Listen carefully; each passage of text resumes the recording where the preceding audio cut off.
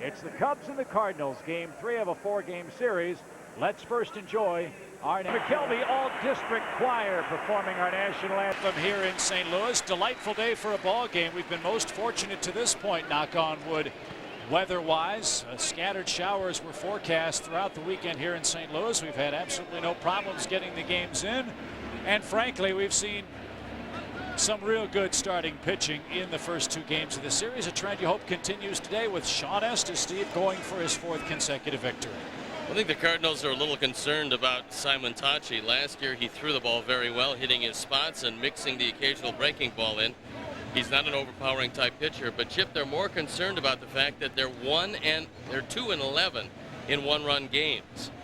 So when you look at that number and you realize that most teams can't win unless they can win one-run games, that's one of the big problems. That and the fact that most every time they go to the bullpen, they have all kinds of difficulties. And whether it's Eldred trying to close or Klein trying to close, they have to get back Isringhausen. If they don't get him back, it's going to be a very long and very frustrating year for the man you're looking at, Tony La Russa. Who had a long and frustrating afternoon yesterday. La Russa was thrown out of the ball game for the 3rd time this season, arguing balls and strikes with Matt Hollowell, the home plate umpire. La Russa thought Pryor was getting a few extra advantages, but frankly, Mark didn't need it on a gorgeous Saturday here in St. Louis. Meanwhile, Dusty Baker all smiles. The Cubs in first place, and he lines up this way with his Cubs Pepsi lineup. Mark Grudzielanek leads off at second base. Alex Gonzalez bats second at short. Corey Patterson starting in center field, hitting third, Steve, for the first time this year. Moise Salou is in left. Troy O'Leary in right.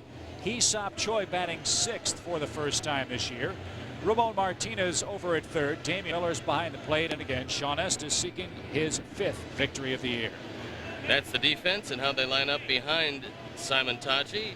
It's Cairo, Edmonds, and Perez in the outfield. You see Scott Rowland, some say one of the best there is defensively, along with Renteria, Delgado, and Pujols in the infield. Matheny behind the plate and Jason Simon Tachi on the hill.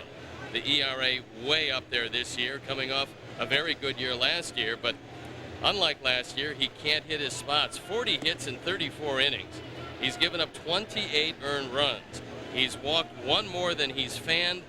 Never a real good sign. So hopefully the Cub offense, which has been so good on this road trip, can continue to heat it up here. They've averaged just under 6 runs per game.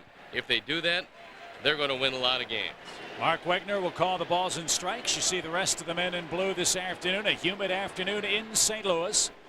It's the 3rd game of the 4-game set. Cubs try to win their 26th game of the campaign and beat right-hander Jason Simon Tachi, a man that has been a world traveler before finding a home here in St. Louis. And he pumps over a quick strike. It's 0-1. Grudzielanek has been wonderful on this road trip. He's really keyed this offense. He's gotten hot at the perfect time. He's hitting over 400 of late, and Simon Tachi misses with a ball. Simon Tachi has pitched overseas. He's pitched in just about every league there is to pitch in professional baseball in America. They found this kid pitching in the Italian League, believe it or not. And he filled in most admirably with a great September for St. Louis, helping get them to the playoffs. Sure enough, Rowland tested early in the game, and he makes a perfect play. 1 up, 1 down. I would say hit it someplace else. You can't hit it at third. You can't hit it at short. Normally, with Martinez, you can't hit it at first. But Pujols is playing first today. And they start off with a ball to his backhand, but Scott Rowland right there, and the throw right at the letters for Pujols. Alex Gonzalez has hit a home run in his career against Simon Tachi. He has 4 in total here in 2003. Over but low. 1 ball, no strikes. Cubs won yesterday 2-1. They were beaten in game 1 of the series 7-4. And the Cubs maintain a 2.5 game lead over the Houston Astros, Steve. We've got some real bad news regarding their ace, Roy Oswalt. He's going on the disabled list, and that means he will not face the Cubs when the Cubs end this road trip in Houston. Back up the middle. That's off the pitcher's foot. Delgado charges and gets his man. 1-4-3. Retires Alex. 2 outs for Corey Patterson. Renteria would have had this ball anyway. This was not going to get through. But Simon Tachi was able to knock it down, redirect it. Wilson Delgado came over and made the play easily. And the Cardinals have some problems with Simon Tachi in that he's averaged less than 5 innings per start. That means when he goes to the mound, they usually get in that bullpen early, and that's never a good thing for them. Corey Patterson with a 9-game hitting streak. Drives that one in the air to shallow left. Miguel Cairo gathers. And the Cubs are retired in order in the top of the first. To the hill goes Sean Estes. Scoreless so far in St. Louis. Presented by manager Tony La Russa. Former Cub Miguel Cairo leads off in left field. Jim Edmonds moves into the number 2 spot in the order. Albert Pujols gives Tino Martinez the afternoon off. Scott Rowland is the cleanup man. Eduardo Perez in right. Renteria the shortstop. Mike Matheny the Iron Man behind the plate. Delgado at second base. A switch hitter hits 8th.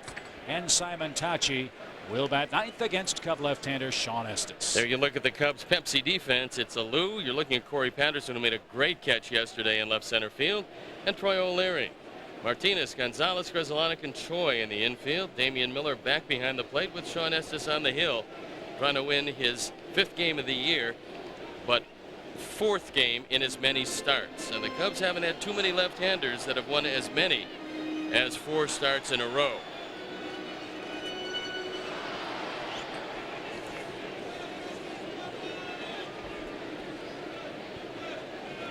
Terry Mulholland, as a matter of fact, is the last Cub left-hander to win 4 consecutive starts. He did that in 1997. So he'll start off with Cairo, who popped out in a pinch hit appearance in the game in the 9th inning yesterday. What a big out that was for the Cubs to get. Joe Borowski got a fastball in on his hands and crowded him with it. And that one driven out of play. Cardinals, you'd figure, with all the left-handed bats in their lineup, might struggle against southpaw pitching. It hasn't worked out that way. St. Louis 3-1 on the year against lefties. They're undefeated at 2-0 here at home. Well, there's some pretty good numbers in that Cardinal lineup against Sean Estes, including Miguel Cairo, who toiled for many years in the Cubs system. 2 quick strikes to Cairo. There's the big breaking ball. He didn't get it. 1 ball, 2 strikes now. Cairo with a home run, 3 batted in, and a .259 batting average.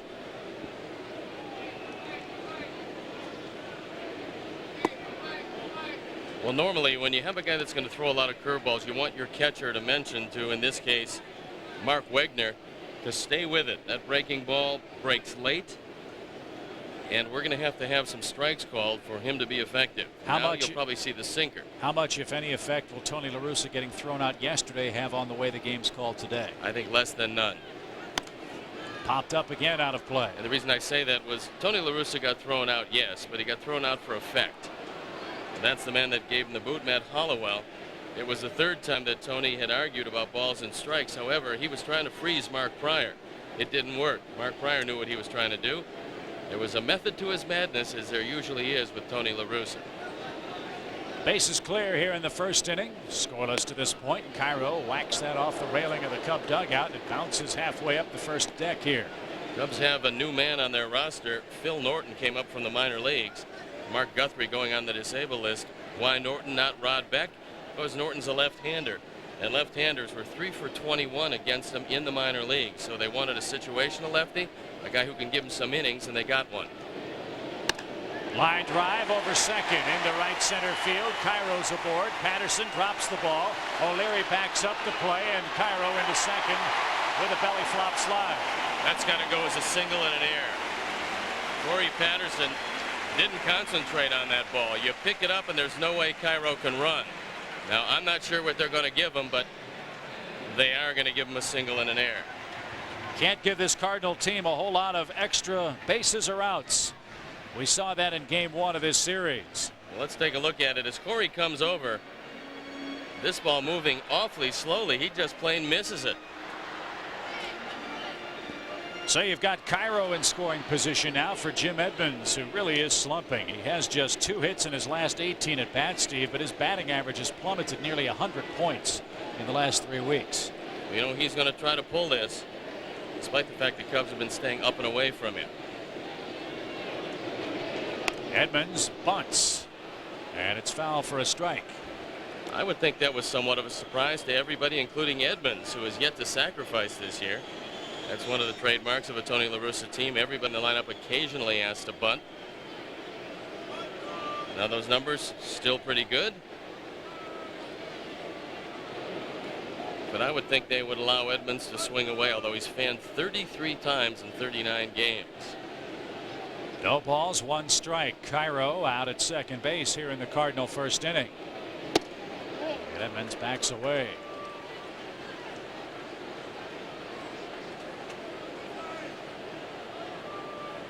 The strikeout ball, as Steve was alluding, has been the big problem for Edmonds of late.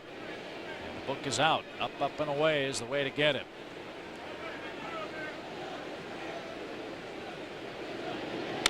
Line drive, center field deep. Corey Patterson will go to the warning track. Edmonds will do his job.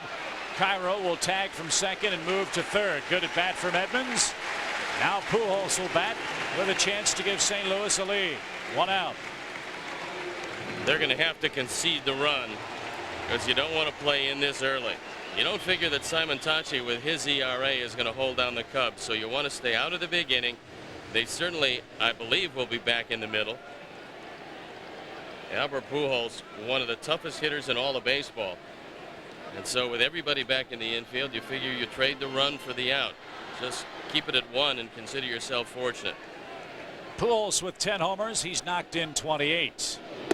Big breaking ball misses outside. His home run yesterday was McGuire-esque. Not so much in the distance, but the way it left the ballpark and where it ended up. Almost a carbon copy of number 62 that we got to see in 1998 here. Well, let's take another look at it. Mark Prior said he tried to get inside. He didn't get inside quite enough. And the line drive rocket out of the ballpark at the time tied the game at 1. But that was before Dusty Baker called on the horn late. And he hit a home run from the right side, his natural side, just his second of the year, but not many Cub home runs bigger than the one that Mark hit yesterday. Well, that was a huge game, no question about it. The Cubs were glad to have it in the win column, and they'll try to win their second straight here in St. Louis on a cool and windy Sunday. I would be very careful here. You got a man coming up next in Roland that's grounded into 6 double plays. Throw the curveball. If he hits it, maybe he won't hit it hard, and if you walk him, it's not a big deal. Roland waits on deck here in the Cardinal first. And it is ball 4. They're at the corners with 1 out. That does set up a double play opportunity. But you're facing the hottest hitter in the Cardinal lineup, Roland, with an 11-game streak. He does lead the Cardinals, however, grounding into those 6 double plays. And although he's a very big man and runs particularly well, the combination has been a fairly good infield here, and he hits the ball awfully hard. So if he hits it at somebody, it is going to be 2. Cairo at third. Pujols at first.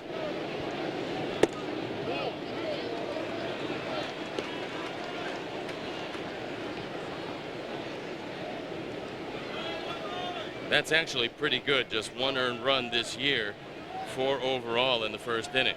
That'll be put to the test today. Not getting the corner here. 2 balls, no strikes. Well, I don't think so far that Mark Wegner has been particularly generous behind the plate, but that's something that Estes is going to have to adjust to. They're playing Roland up the middle, so if you throw him anything soft, he's going to hit it in the hole on the left side. Dangerous pitch at 2-0.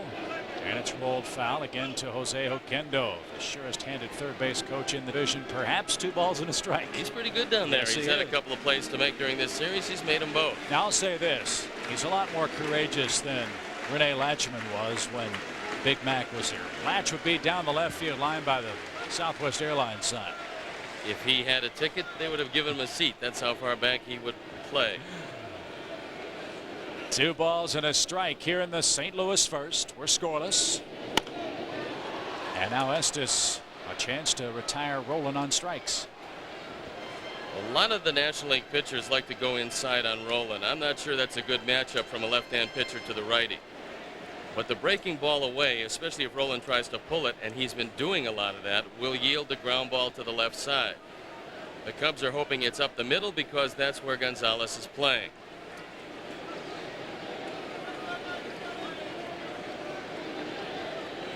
Two now. Sean wanted that pitch. Strike zone the size of a coffee can right now. Full count.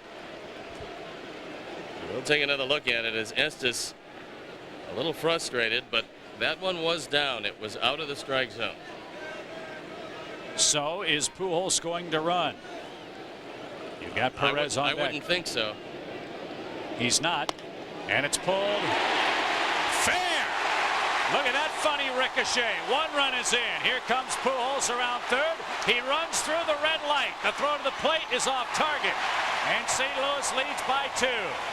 How about Hollowell at third base? The umpire did a 360 spin. Couldn't get his arms untangled before signaling fair, and then the crazy hop allowed Pujols to come all the way around to make it 2-zip. We'll take another look at it. Watch the baseball. The ball was foul. Now Hollowell is saying that it went over the bag, but I think if you take a look at that angle, it was spinning. It was going left of the bag. He thought it might have caught just the outside corner of the bag. Obviously, he doesn't have the benefit of the look. Let's watch it again. It hits in fair territory. That's not debatable. I think the Cardinals got a tremendous break on that ball. The only angle that's going to tell you is if you had a camera right at the third base bag. So St. Louis with a single, E8, a walk, and now a bases clearing double from Rolen, which extends his hitting streak to 12. They lead by 2 with 1 out here in the first inning. And Eduardo Perez getting a spot start. He's in right field today. High fly ball to right. O'Leary near the line. Rolen at second will tag up. Cubs will concede the base. Runner at third with 2 outs for Renteria. Yesterday, the Cardinals were 0 for 8 with runners in scoring position, a testament to the Cub pitching staff. So far today, Scott Rolen has put him on top, and he's driven in 32 this year. So be careful with this man with 2 outs. You've got Matheny on deck. Still St. Louis top to bottom. There are no easy outs in this batting order. Renteria 5 homers and 31 knocked in. Second leading hitter in the league. Jumps at the first pitch. That's out of play. Normally Renteria will look to right center field, especially with runners in scoring position. Now yesterday he was 0 for 2, a couple of critical at bats, and St. Louis relinquished the top spot in the league offensively. Atlanta now the league's best offense.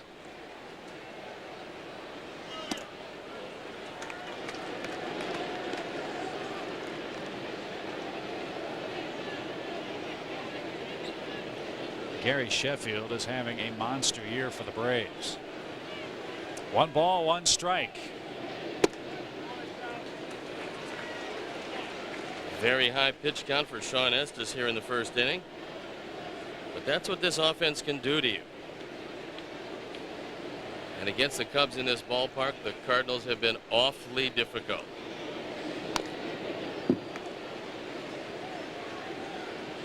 Cubs have not won back-to-back games here since the 2001 season. Dusty Baker, after the Cubs were beaten in Game 1, was reminded of the Cubs' difficulties in St. Louis. He said, I don't care about that. All I know is that I'm 0-1. And he told his troops the same thing. Let's go get them tomorrow. And they responded nicely. 2-2 pitch. Full count to the shortstop. He's the 6th man to hit here in the first inning. 2-0 St. Louis.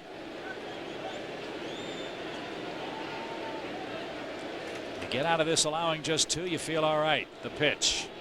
Breaking ball had him out in front.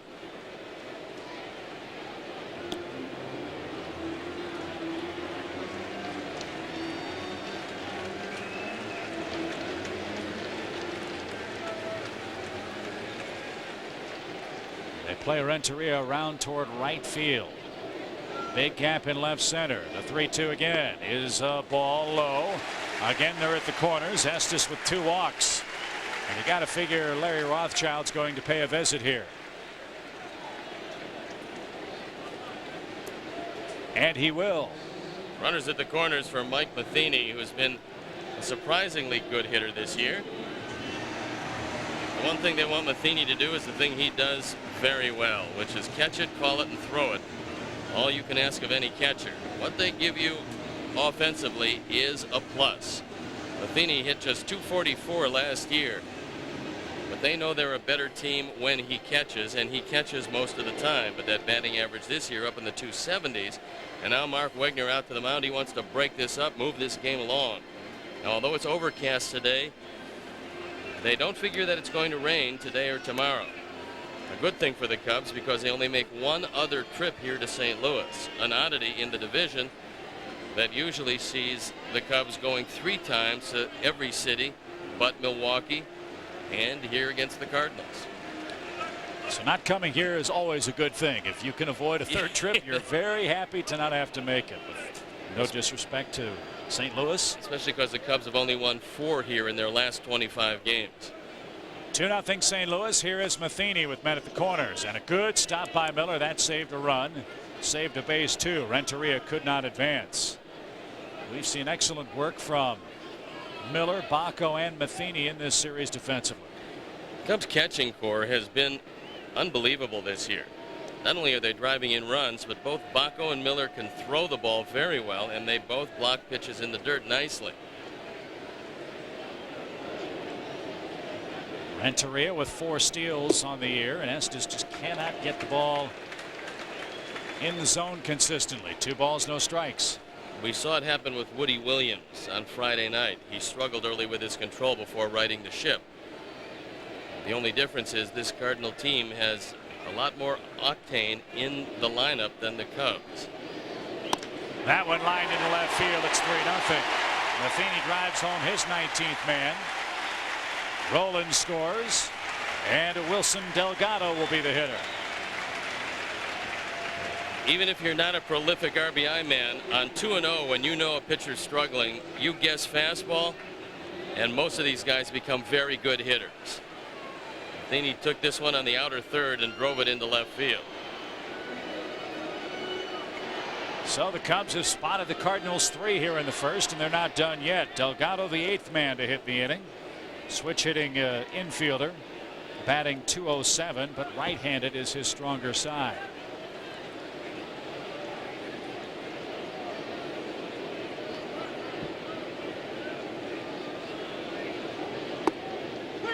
That might be the first called strike on a breaking ball of the inning, and Sean's got to have that pitch to be successful. And he should know Delgado. He was traded with him from the San Francisco Giants. So they both spent a little time there. Wilson came up with Seattle.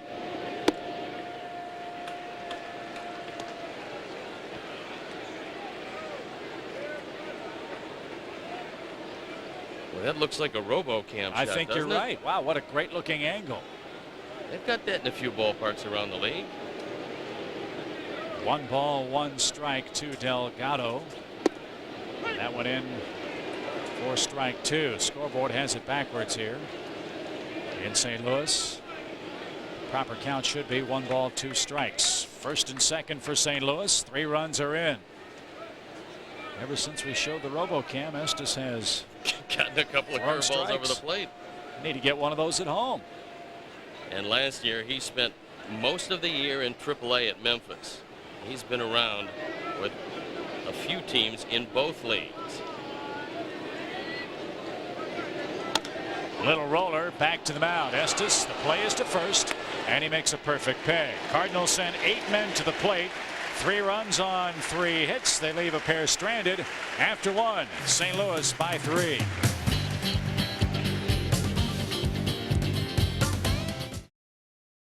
Here for Sean Estes either. And in the second inning, Alou, O'Leary, and Hisab Choi are coming up, and we'd love to hear from you. Our email line is up and running today. You can email Steve and me at CubsOnWGN@chicagosports.com. Moises Alou goes to work against Jason Simon-Tachi, spotted a 3-run first inning bulge. This should be a good matchup. Not many guys in the league right now swinging as well as Moises Alou. Jumps on the first pitch. Kind of surprised, Steve. The Cubs are so aggressive early in the count. What with Simon-Tachi struggled. This man with 19 walks, only 18 strikeouts, and 9 homers in 7 starts. Well, he also managed just 7 pitches in the first inning, so he's on pace at least now to give Tony La Russa what he really needs today, and that's innings. So make him work out there, fellas, if you can. High and tight, evens it up. Last year was a very frustrating and very difficult year for the Cardinals, but one of the guys that really surprised them was Jason Simon-Tachi. 11-5 with an ERA just a little over 4 in 24 starts. Cubs will beat him up. He was 1-2 against them last year with a 6-point earned run average. But Chip, without him and doing what he did and a few other pitchers, the Cardinals wouldn't have been able to accomplish what they did, which was remarkable under the circumstances. There was a lot of heartache here in St. Louis last season. That's downstairs. Good at bat for Alou here. 3 balls and a strike. Now Lewis hit a home run off Simon-Tachi, and you would think, as lively as it is in the daytime, if he leaves one middle in here, he's going to hit another one. This is the toughest pitch in the game, the 3-1 pitch. And Alou scorches, but right at Renteria. Good backhand pickup, and Pujols with the stretch. Got a pitch to hit, and he hit it hard, but to a very sure-handed man on the infield. 4 up, 4 down. There's a fastball that's up and out over the plate, and unfortunately for Moises, he rolls over the top of this one. Not many good things happen for you when you hit it at Edgar Renteria. In fact, Roland and Renteria might be the best left side in all of baseball. Better than Tejada and Chavez in Oakland? Defensively, yes, considerably better. Now, offensively, another story. These guys are good. You'd rather have Chavez and Tejada swinging the bats, but defensively, it's not even in the same league. No balls and a strike to Troy O'Leary. 3-0 St. Louis. They got their offense in their first turn at the plate. Now, that being said, Chip, you know that Mr. Tejada is going to be a free agent, and I think he will be highly sought after if the author Billy Beane decides that he doesn't want to extend an offer to him. O'Leary hits a line drive into right field, and there is a base hit for the Cubs, first of the afternoon. Well, I hope Tejada has a real bad on-base percentage. That means the A's won't want him anymore. I think he'd look great in red, white, and blue myself. Well, it won't come down to whether Billy Beane wants him or doesn't. Of course he wants him. Anybody in their right mind would. It's just a question of economics. And with Oakland not drawing particularly well, and the situation out there as we know it to be, it becomes difficult because the league's MVP is going to command a whole lot of dollars. And I know he's gotten off to a tough start this year, but he is a wonderful player. Here's Hee-Seop Choi. Look for him to have a big day today. He's in an RBI spot in the order. First time all year he's batted in the 6th spot. Ordinarily, Hee-Seop's been in the number 5 hole for Dusty Baker. Well, that 6th spot has paid a lot of dividends for Corey Patterson. Maybe it will be as kind to Hee-Seop Choi. No balls and a strike. He too is homered against Simon-Tachi, and now he's going to split a gap in right center field. That's going to roll to the wall. O'Leary will go all the way around third, and he will score. Choi with a double. We've got a 3-1 game. 10th double for Choi. 21 RBIs. And the tying run comes to the plate, and the Cardinal fans booing because the Cub fans are making some noise here. That win yesterday, after a very frustrating loss Friday night, showed how resilient this Cub team is. And Hee-Seop Choi drives this ball into the gap, and this is thick grass here in St. Louis. It's a very moist, very heavy day. Troy O'Leary scores easily. Hee-Seop coasts into second. And both of the Cub youngsters starting to figure it out on a regular basis.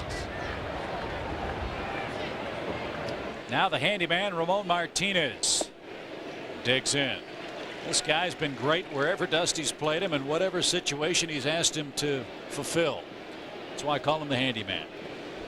Well, he plays wherever he plays, and he does an exceptional job of it. And every team needs a guy that does exactly what Martinez does. Very few have them. No balls and a strike. Good stop, Matheny. You're not going to get too many extra bases against Matheny. How many pass balls or wild pitches does this Cardinal staff have? I got to figure it's among the lowest total in the league with him behind the dish. Let's see. Wild pitches. I can probably tell you. Pass balls I can't. They have just 10 wild pitches. Not too bad. 1 ball, 1 strike. That's low and away. Cubs waiting Simon Tachi out, and he's pitching himself into some difficulty here, which is a good game plan to have. Well, that's exactly what he's been doing all year. Unlike last year where he hit his spots consistently, this year he's not doing it. Hence the 7.5 ERA. Choi a big lead out at second. Pulled a string. 2-2. If you look at any of his pitches, there's really not one that'll jump out at you. He tops out in the upper 80s. Pitches comfortably around 87, has a straight change. That's all right. A curveball and a slider without a whole lot of bite, but last year he mixed everything so well that he kept the league off balance. 2-2. Damian Miller, the Cub catcher and number 8 hitter, waits on deck. Cardinals 3, Cubs 1. Remember, you have a lifetime middle infielder in left field in Cairo. So although his arm is good, it's not great. Perez, a lifetime first baseman, again decent but not great arm in right. High fly ball into center field. Edmonds breaks in, now drifts back. He sets up nicely and makes the throw to third. 2 outs, runner at second for Miller. So the question you ask yourself now, if you're Tony La Russa, you've got a pitcher with a 7.5 ERA. You've got the 8th hitter up. Do you take your chances going at Damian Miller? We've seen this come back to haunt a whole lot of opposing teams this year, and you can remember the Paul Bacco situation in Milwaukee when he elected to pitch to Bacco, and he burned them. And you have Estes coming off a game that saw him pick up 2 hits against Milwaukee. So let's see how carefully they work Damian Miller here. Missed that ball by 1.5 feet. Wow, no balls and a strike. There's Dave Duncan. He and Tony La Russa have been teamed up for a long time. And Duncan, one of the most respected pitching coaches in the game. You just don't find a whole lot of catchers that are quality pitching coaches, but Dave Duncan is one of those guys that will squeeze whatever he can out of everybody that comes over and puts on a Cardinal uniform. That's why Tony brought him over from the Oakland Athletics, and they've done a great job as a duo here. Now you've got to figure that if Miller's going to see anything, he's going to see it away, which normally plays into his strength, which is right center field. Perez playing well off the line in right. There's a lot of room down the line in right. 2 balls and a strike. It's just away. And in fact, if Damian hadn't swung at the first pitch, he would be standing at first base. So Babe Estes waiting on deck here in a 3-1 Cardinal game. Sean is swinging the bat real well, as is the entire Cub pitching staff, including the man who threw yesterday. Mark Fryer had 3 hits. Now it's full of 3-2. They would love to retire Miller here and force the Cubs to bat Estes leading off the 3rd inning. See if Damian can spoil those plans and drive in a run as well. A 3-2 pitch with Choi out at second base. Strike 3 over the inside corner. Miller's down on strikes. Cubs get 1 on 2 hits in the second. The Cardinal lead trimmed to 2.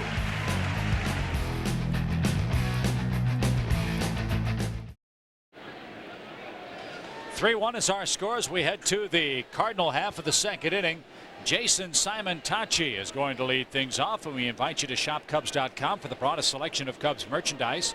Cubs.com, the official site of wearing your heart on your sleeve, cap, pullover, and a whole lot more. There are good tickets left for Cubs series and games throughout the season. We're back home May 26th with the Pittsburgh Pirates. The Astros in the final weekend in May.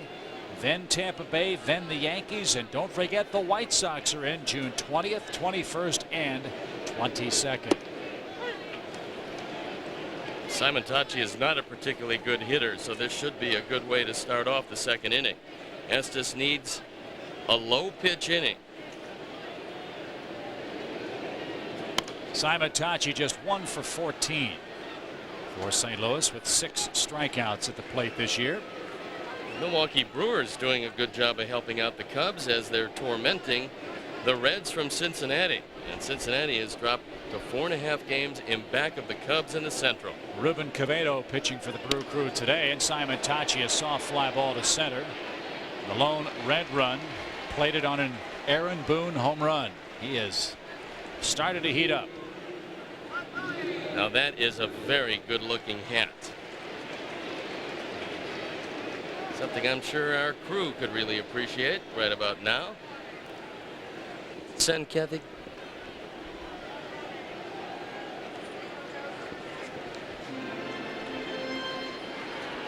Here's Miguel Cairo.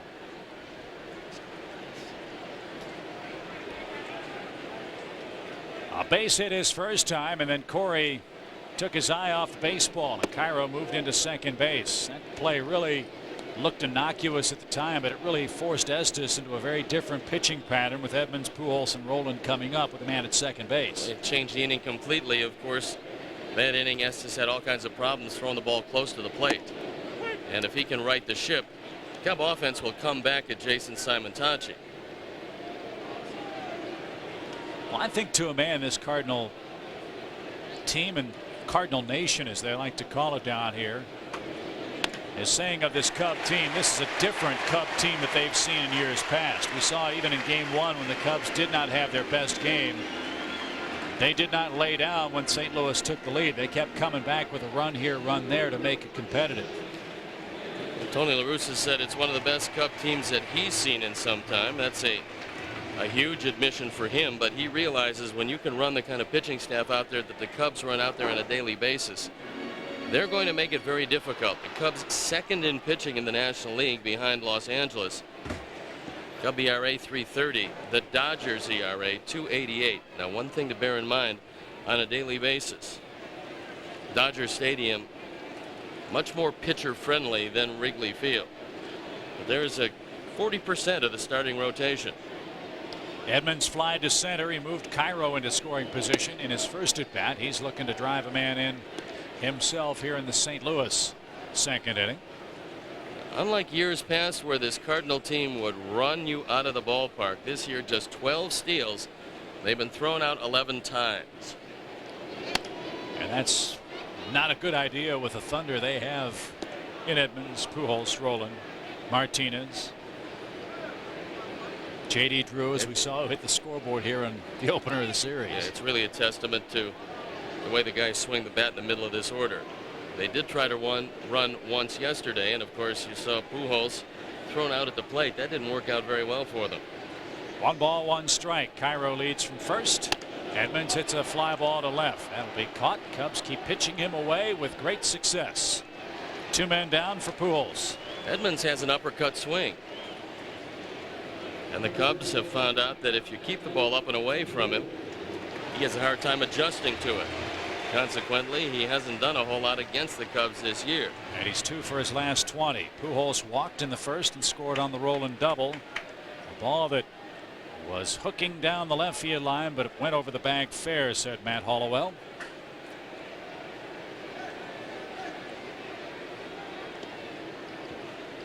Be interesting to see if the Cubs, as this game progresses, if they try to force Pujols to throw the baseball from first base at all.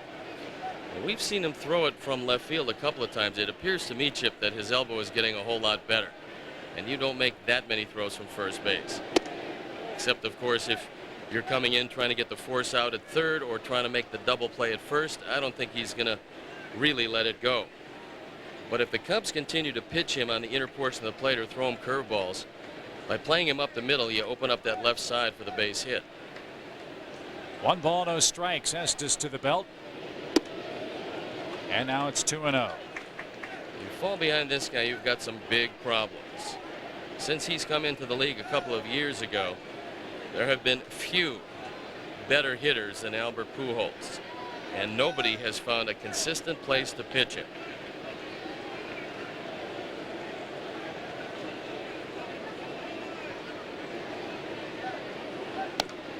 What a rip. Wow. Fouled it straight back, though. 2 balls and a strike. Pujols, 14th round pick, if memory serves. I think 13th or 14th, certainly way down. And he developed so quickly that it just startled people because they didn't know what they had when they got him. But he went to spring training, Chip, and hit everything in sight that first year. High pop. Cubs ought to be out of the inning. Back goes Grunzalanek. Puts the two-handed squeeze on it, and the Cardinals are goose-egged in the second. Sean Estes to work in the third. It's 3-1 St. Louis. Grunzalanek and Gonzalez to work. And the Cardinal right-hander pumps over a quick strike.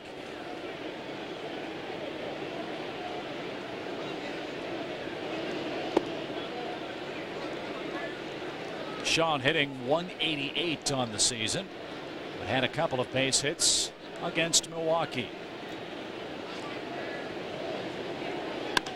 That one hit in the air to right. Perez a late break on it, but he makes an easy catch. 1 up and 1 man down. We go to the top of the Cub order now with Mark Grunzalanek, who grounded out to Scott Rowland. Mets having a real rough year, obviously. A report out of New York, Steve, says they might be without Piazza for up to 8 weeks. Anytime you have a groin injury, Chip, a lot of times it moves up a little bit higher. And we saw Danny Jackson with the Cubs lost for most of the year with a very similar injury. And Mike Piazza did it getting out of the way of a pitch, which is most unusual. But on a team that struggled as mightily as they've struggled, that's one of the few guys that you hate to lose. Broken bat. Rowland has to avoid the lumber and retrieve the baseball. 2 up, 2 down. He's one of the few guys that might be able to field both as they were coming at him simultaneously. They've done a good job of controlling Grunzalanek. They stay inside. Simon Tachi got the fastball there. And Rowland, with good concentration, makes the play easily. So quickly there are 2 outs for Alex Gonzalez. He hit a ball off Simon Tachi's foot. And now he grounds to second. Cubs make it easy on a man that's really struggled with the big inning. 3 more up, 3 more down. 5 straight retired, and the Cardinals lead 3-1. Aspirated. He has not gotten the corner at all today. He thought that pitch was good enough, but again, Mark Wegner with a real tight outside corner in game 3 of this series. Same spot, same call. Lights have popped on at Busch Stadium. It's overcast today, but again, they don't expect a whole lot of rain. When you're playing well, you want to play them all. That one good enough. 2-1 your count. 3-1 Cardinals lead. All 3 of their runs came in the first inning on 3 hits and a Corey Patterson error.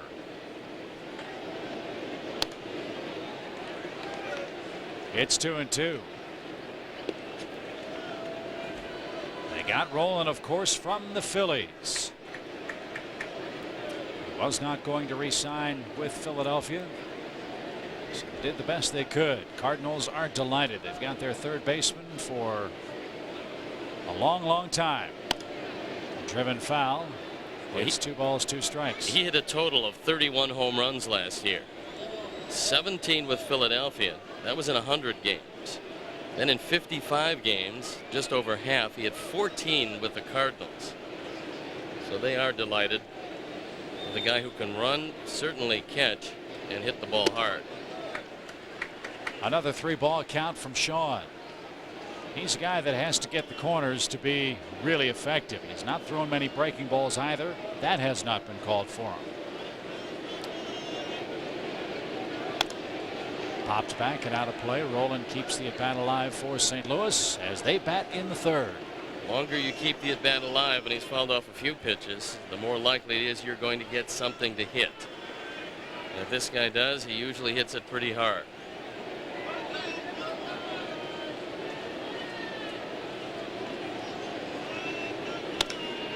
Line drive to right. O'Leary makes the play. Eduardo Perez will be the batter. Let's pause for station identification. You're watching the home to 100 American and National League games all season long. Superstation WGN. 3-1 St. Louis. Steve Stone, Chip Carey on a warm Sunday at Busch Stadium. Third game of a 4-game series. Will be at it again tomorrow afternoon in the series wrap-up. Then it's off to Pittsburgh. Perez line to right, his last time up.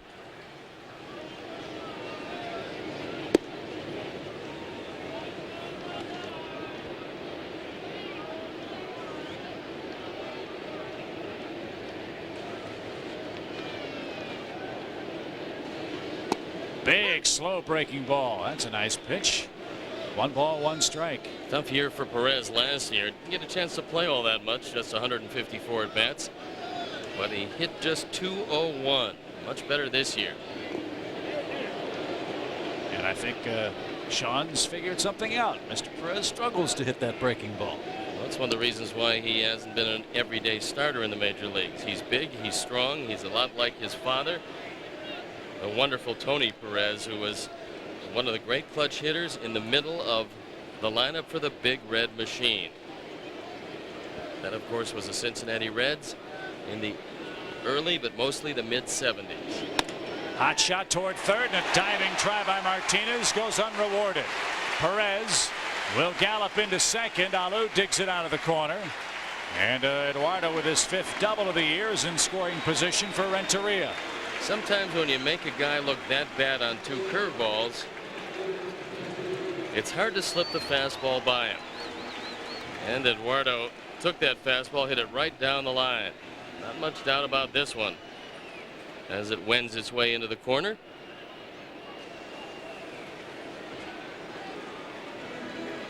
So now you have to face Renteria, a man Sean walked in the St. Louis first.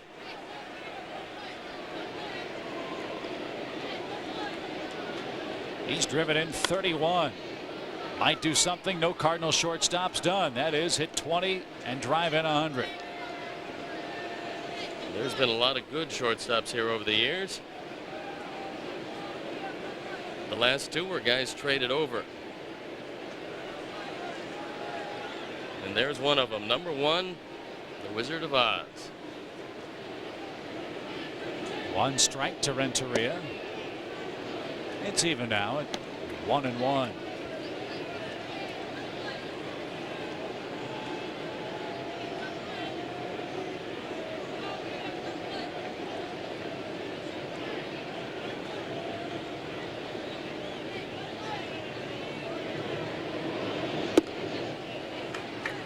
Two balls and a strike. Now, Eduardo doesn't have much speed. So on a base hit, they might have a shot at him, assuming it's hit hard and right at one of the outfielders. Sean Estes has really struggled, and that pitch count is starting to rise drastically with only 1 out here in the 3rd. He's used 66 pitches to this point. Has not been able to get strike 1, which was his calling card during the 3-game win streak. Renteria thought about a home run and fouled it off at the plate. 2 balls, 2 strikes. The curveball is starting to sharpen up quite a bit for Sean Estes, who struggled with it in the 1st inning.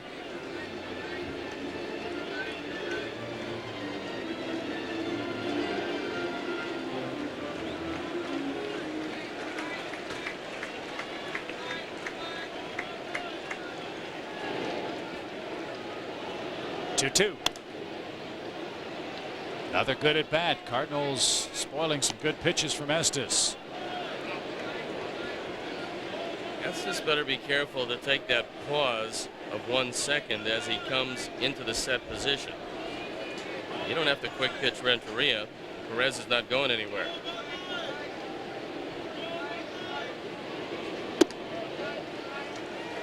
It's full count now. 3-2 with Matheny waiting to hit next.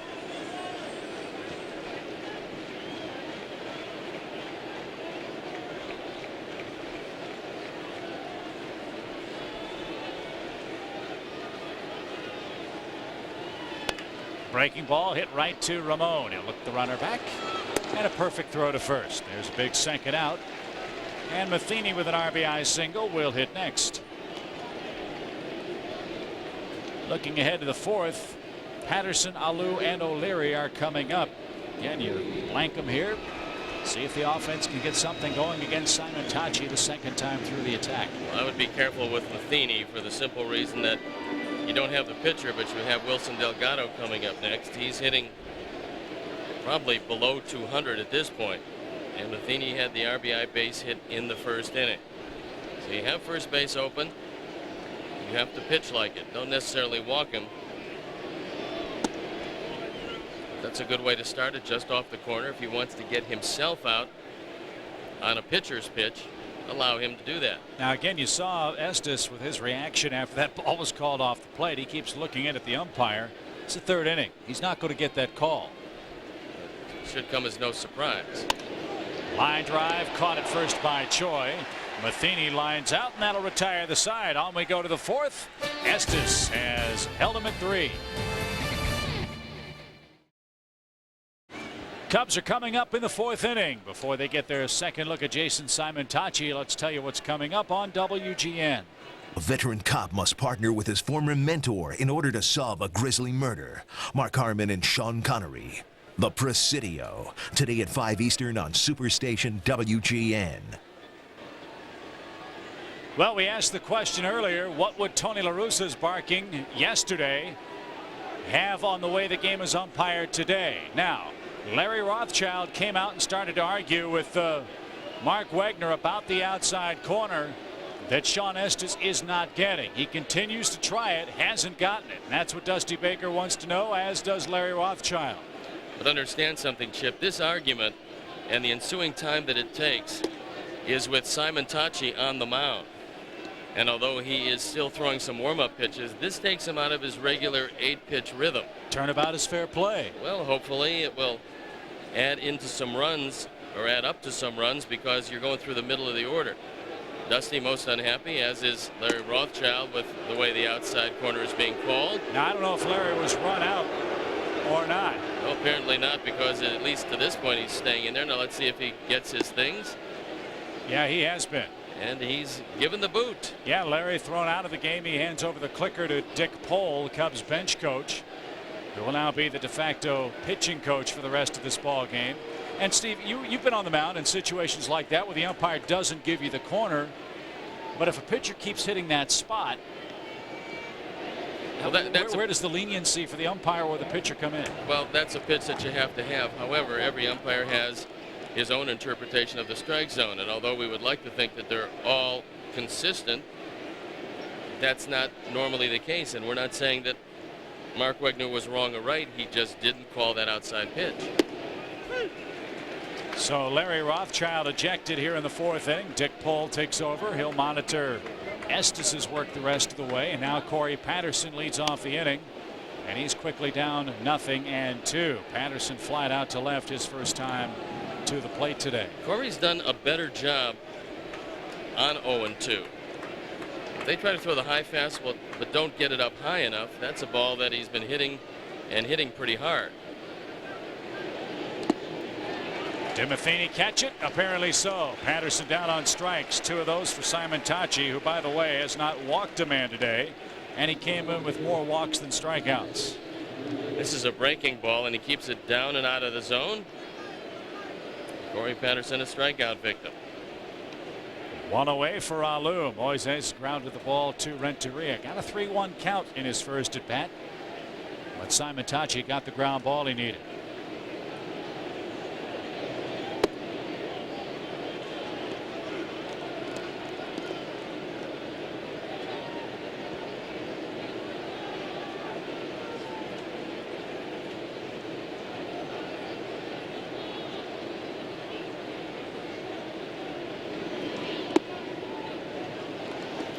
once again, Simon Tachi behind Alou. So for him, it becomes a good opportunity.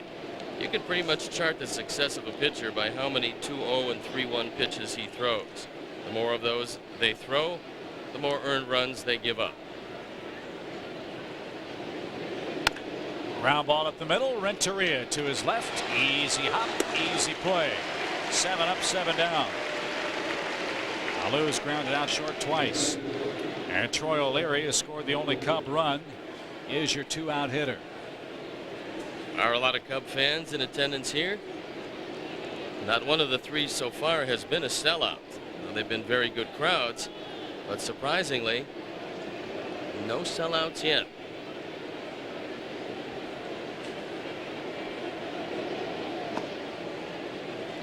A ball to the Cub right fielder, Troy O'Leary. What a difference a year makes. Cubs are 5-1 so far in this road trip. 1 year ago today, the Cubs were playing .333 baseball at 14-28. They're 8 over and 2.5 in front here in 2003. O'Leary ahead in the count at 2 balls, no strikes.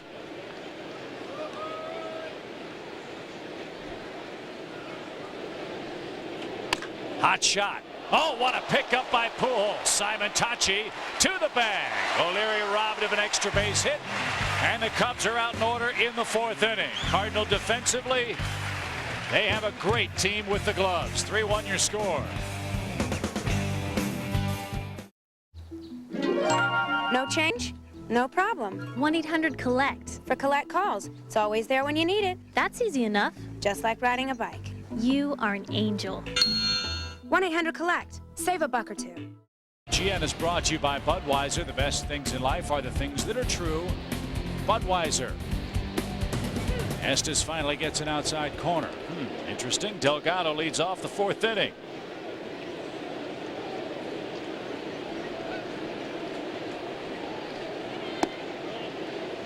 That stayed upstairs. 1-1 to the Cardinals' 8th place hitter, Wilson Delgado.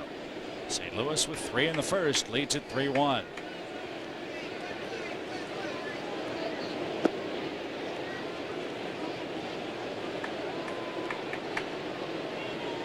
Good matchup in the series. Wrap up tomorrow, Steve. Zambrano and Morris.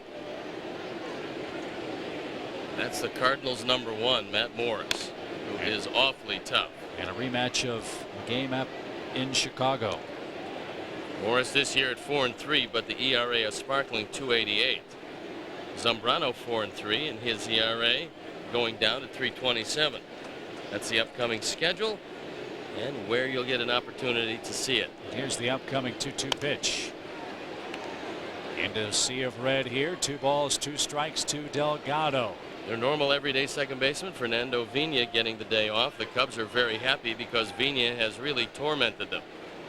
His average was in the 2 teens, but because of a couple of good days against the Cubs, it's up at 245. And he's had some hand problems. They just never seem to be in evidence against the Cubs. Another full count, this time to the #8 hitter. Cincinnati's pulled to within 1 run in Milwaukee. It's 3-2 Brewers, bottom of the 5th inning. Montreal failed to score in the 1st in Colorado. Little number hit to the left side. Ramon in, up, throws in one motion. Good play. 1 out. Estes getting some ground balls now as we mosey along into the 4th inning. Simon Tachi will hit with the bases clear. Good play by Martinez. He knew he had to be aggressive with that one as the slow hopper was chopped his way.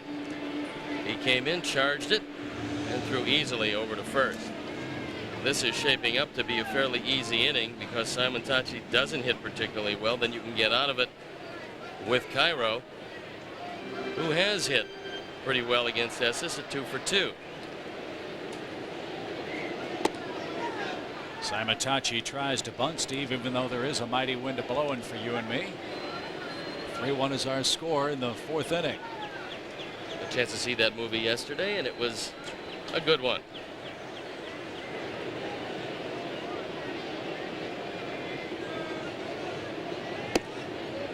One ball, 1 strike.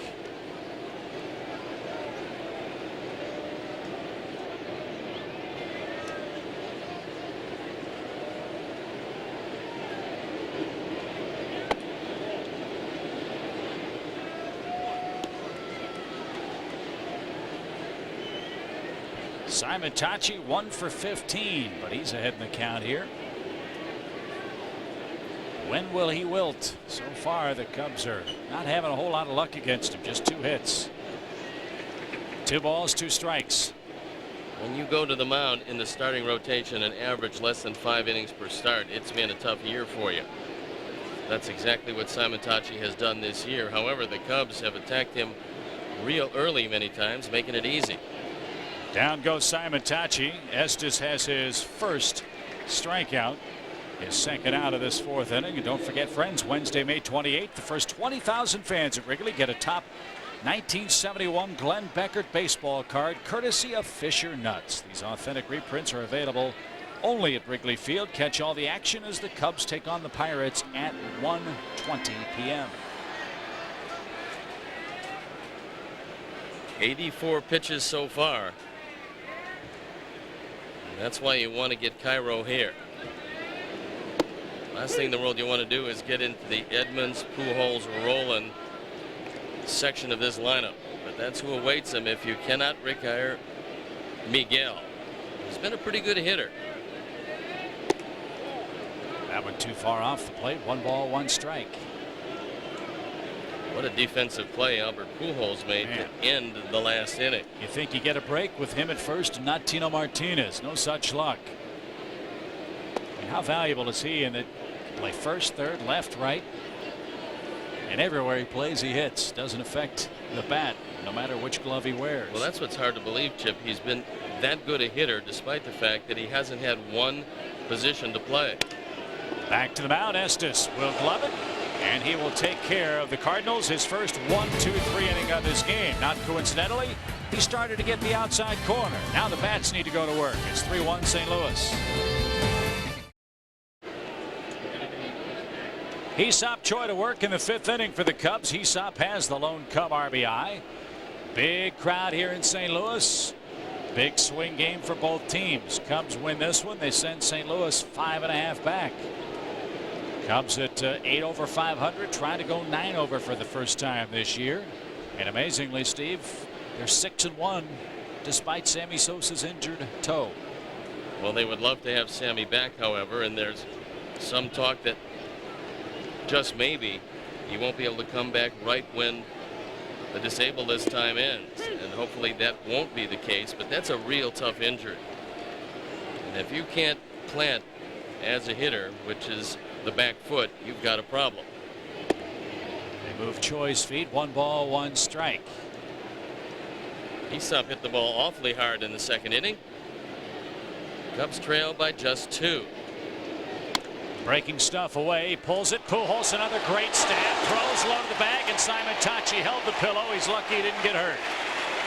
2 straight great plays by Pujols. Robs O'Leary. Aesop Choi denied here in the 5th as well. With Martinez not at first, you figure maybe it becomes a minus position for him. That hasn't been the case in the last couple of plays. And Simon Tachi bends himself into a pretzel to make this catch. Good effort by him and a good play by Pujols. Simon Tachi bends at the waist. He has had very easy innings. 4 of the 5 so far have been 9 pitches or less. 3 takes care of Choi here in the 5th. Here's Martinez, who flied out. 9 straight Cub hitters have been retired. Make it 10. Don't be afraid to take a pitch or 2, guys. You got a guy out there that does not work deep in the game. The Cubs have been very impatient and very unsuccessful. Well, he might work deep in the game today because he's kept a very low pitch count through the first 4 2/3. And one of the great things about coming to St. Louis is getting to read Rick Hummel, who for years has been a great sports writer with the St. Louis Post-Dispatch. Today no exception. And Rick talks about the frustration of the Reds' Jose Guillen. And this is a guy been let go by Pittsburgh, Tampa, and Arizona the last 3 years. Ground ball toward Rolen. Catcher running. Plenty of time. Perfect throw. 11 up, 11 down. 3-1 St. Louis here in the 5th inning. For the Redbirds will send their ace to the hill against Carlos Zambrano. This figures to be a very tough inning for Sean Estes. He has to go right through the heart of the order with the pitch count piling up, and he's due to lead off in the 6th inning. So the Cubs down to 4 opportunities to close this gap, but they'd love to end this inning with the gap still at 2. Edmonds buckles, the breaking ball missed, ball 1.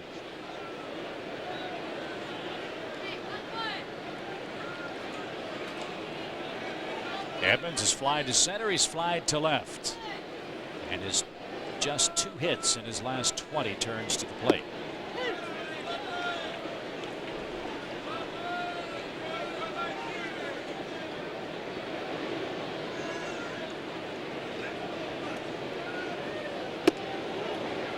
St. Louis got all 3 of their runs in the first inning. Cairo led off with a single. Corey Patterson didn't pick up his single cleanly. Cairo took second on the play.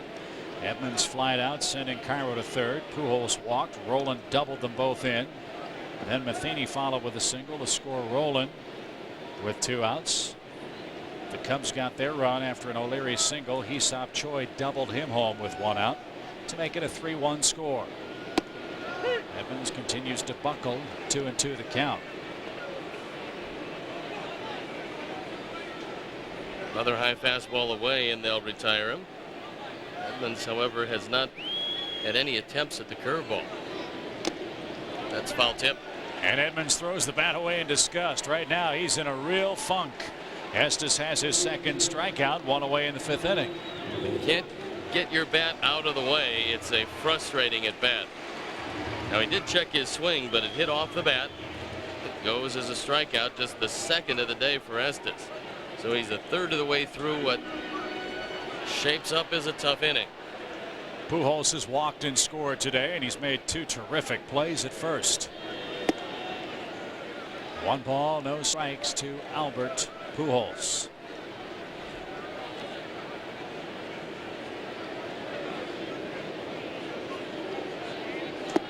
There's the breaking ball. Albert Pujols, one of the few members of this team that was brought up through the system. Bet he ran into George Kissel a time or 2. You can't go through that system without understanding something how, well, some way how to win baseball games, and George Kissel is that guy. What a job he's done over the years. Conversely, the Cubs have started to produce a whole lot of members of their organization. 9 of the 25 on the Cubs roster right now signed and developed by the organization. And you're going to see a whole lot more of that from the Cub organization in the next few years. Scott Rolen signed and developed by the Philadelphia Phillies. 3 balls and a strike to Pujols. Estes with an odd windup. And it's popped out of play. 3-2. He paused with his hands just above the bill of his cap and then went to work. Haven't seen him do that yet. Anything you can do that gets Pujols out on the front foot or gets him to shift his weight is a good thing. He's trying to get the grip. Get a grip on it, son. 3-2. Fouled off his foot. And Pujols will swing again. Speaking of the minor leaguers, Nick Jackson hit a solo home run. His first of the year for Iowa, Steve. He's been banged up a bit in the early going. He'll hit a few more before it's over. We saw a lot of him in spring training, and he's going to be in the Cub outfield. It's just going to take a bit for him to get here. West Tennessee was a winner in 11 innings. Daytona rained out. And your beloved Lugnuts had a very big day. 3-2 to Pujols, and he's aboard with 1 out. Sean walks his 3rd man and his first since the first inning. Lansing shut out Beloit 5-0 behind Anderson Taveras, who ran his record to 5-0 with a scant 2.04 ERA. Let's see if the Cubs can get Roland to hit the ball on the ground. He now has a 12-game hitting streak. He has 32 RBIs. He's been up twice, and he's hit the ball right on the button twice. Hits it again on the button, this time to O'Leary and right on the warning track. Troy will make the catch. Pujols tags at first, but cannot advance. Very accurate throw from O'Leary. Roland swings aggressively, but flies out. And here's Perez. O'Leary not a natural right fielder, and quite obviously when you lose Sammy Sosa, you're going to have to mix and match in the outfield, but Troy's done a nice job. And for a lot of folks around who think that because the Cubs are 6-1 without Sammy, they could do without him over the long haul, I hasten you to adhere to the advice of Moises Alou, who believes over the long haul this team has to have a healthy and fit Sammy Sosa in order to contend this year. And he's exactly right. Back to the screen. Good cut by Perez. No balls and 1 strike. That was the Cubs' secret weapon yesterday as Mark Bellhorn came in late. And his home run was the difference.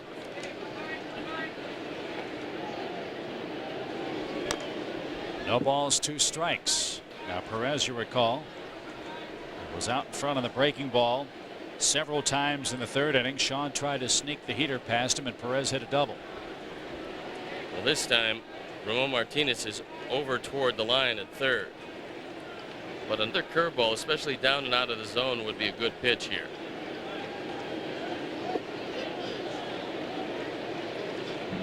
He watched it sail by. 1 ball, 2 strikes.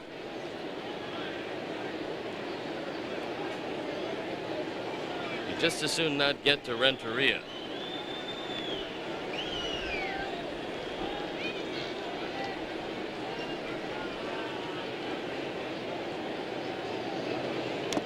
Tipped and caught, and the inning is over. The walk comes to nothing, and we've completed 5 in St. Louis. Cubs still very much in this game, but the bat's got to go to work. I want to relax by the pool and spend time with my boys. I'm a huge fan. I want to taste some of Emerald's barbecue shrimp.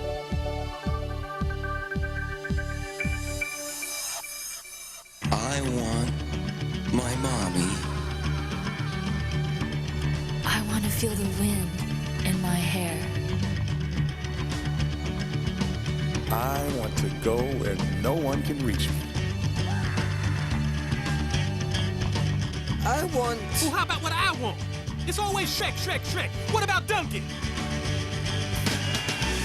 2 thrilling theme parks, world-class hotels, restaurants, and incredible nightlife.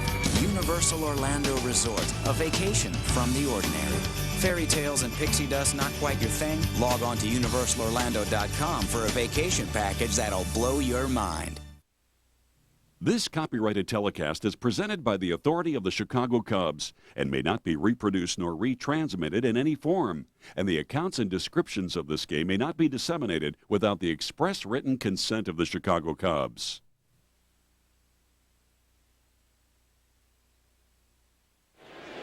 Here we go to the 6th inning, and enough's enough for Sean Estes, Steve. He'll be taken down over the 100 pitch mark, and Tom Goodwin will go to work first. Goodwin hitting just 161 this year, but 2 for 7 as a pinch hitter, and Roland, at least for one, thinks he's going to bunt because he's real close at 3rd. Cubs need base runners, need a big inning. They have just 2 hits, and they came back-to-back in the 2nd inning. And after that, Simon Tachi set down 11 consecutive men. This is a guy that's been a 5-and-fly guy for the Cardinals at best this year. Again, if the Cubs can get close and stay close, they can win this one. The Cardinals just 2-11 in 1-run games.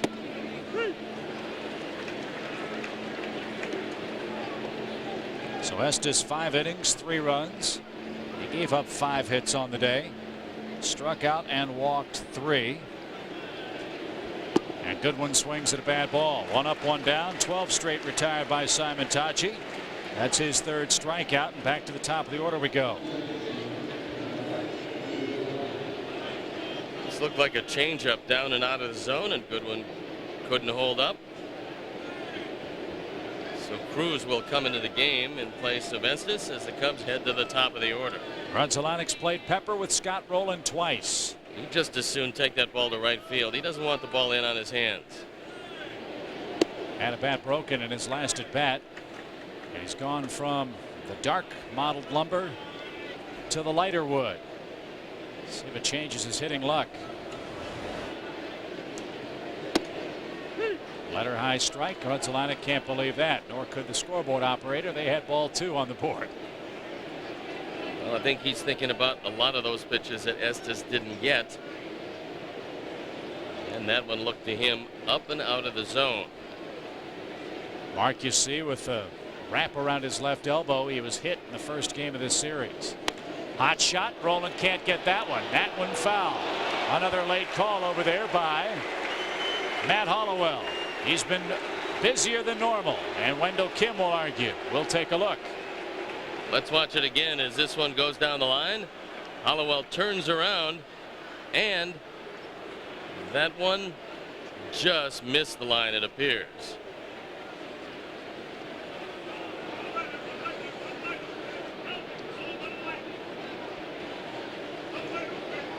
One, two. Mark will stay alive here.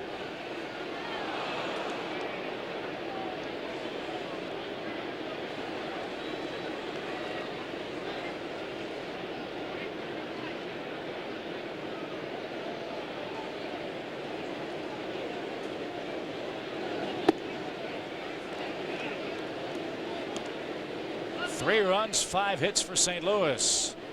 1, 2, and 1 for the Cubs. Little roller. Renteria handles the third hop. 13 men up, 13 men down. Simon Tachi has been successful at getting Grzelcyk to try to pull the ball or forcing him to pull it, and consequently he's 0 for 3. Cubs have had absolutely nothing out of the top 4 in the order today. In fact, just 2 hits, back-to-back hits by O'Leary and Choi in the second inning, and that's been the sum total of the offense. Tough to win that way. Let's see if Gonzalez can do something here. He's bounced out twice and has been very aggressive early in the count. He is again, and he will line to Perez. Very easy 6th inning. 14 straight Cubs have been retired. They have not made Simon Tachi work very hard with a 3-1 lead. Time, friends, for a very special Budweiser True Fan Cam. I particularly like the way it ends. You know, we have the pleasure of traveling with Pat Hughes and Ron Santo. I never knew that Ronnie was so vain about his personal hygiene. Well, on radio, you always want to look good. Of course, Ronnie is using the brush to make sure he's sartorially resplendent. Are those natural bristles? Both places.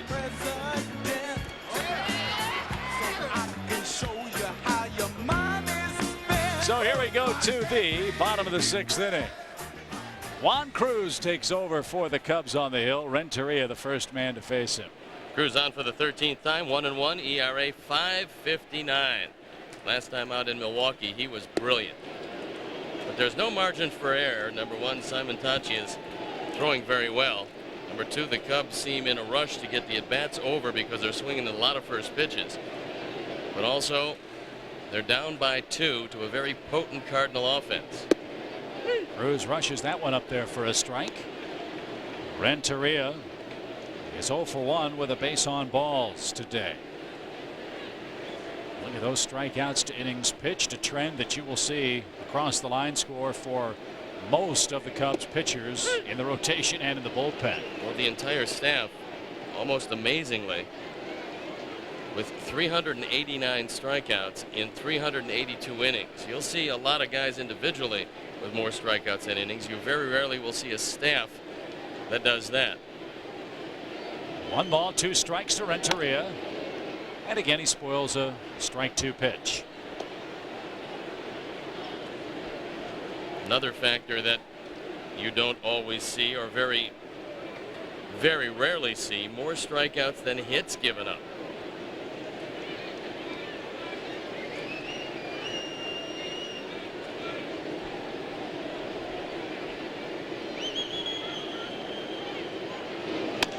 Breaking ball, softly hit, shallow right. O'Leary coming on, makes a good play. Attaboy Troy, good effort. Cruz gets the first man he faces. One man out, and let's see if he qualifies for the PGA's Turf Care program. He does. He did leave a divot as he comes in and gets this one. Not much of a slide right there, but it certainly is effective. One up, one down for Mike Matheny. He has an RBI single. UV rays on Troy's hat, not in danger with the sunglasses atop the bill. No balls and a strike. Not much sun today. I don't think it's coming out anytime soon. So sunglasses superfluous and also not needed. No balls, one strike to the Cardinal catcher. Off his thumbs to Grunzolani. Rare chance for him today. 2 up, 2 down for Delgado. Middle of the order is due up in the 7th for the Cubs, but you've got to see him work the count a little more effectively against Simon Tachi. Yes, you tip your cap to him. He has held the offense to 2 hits. The Cubs have not forced him into the stretch, and they haven't forced him behind in the count at all today. And the game plan is pretty simple when you play the Cardinals, and that's get into the bullpen as quickly as you can. But Jason Simontachi has been awfully tough today. A radical reversal from the last time out against Cincinnati when he got pounded. Ground ball. Choi knocks it down, keeps it in front. Delgado's retired, and Cruz a 1-2-3-6. All right, let's get some offense. 3-1 St. Louis heading to the 7th.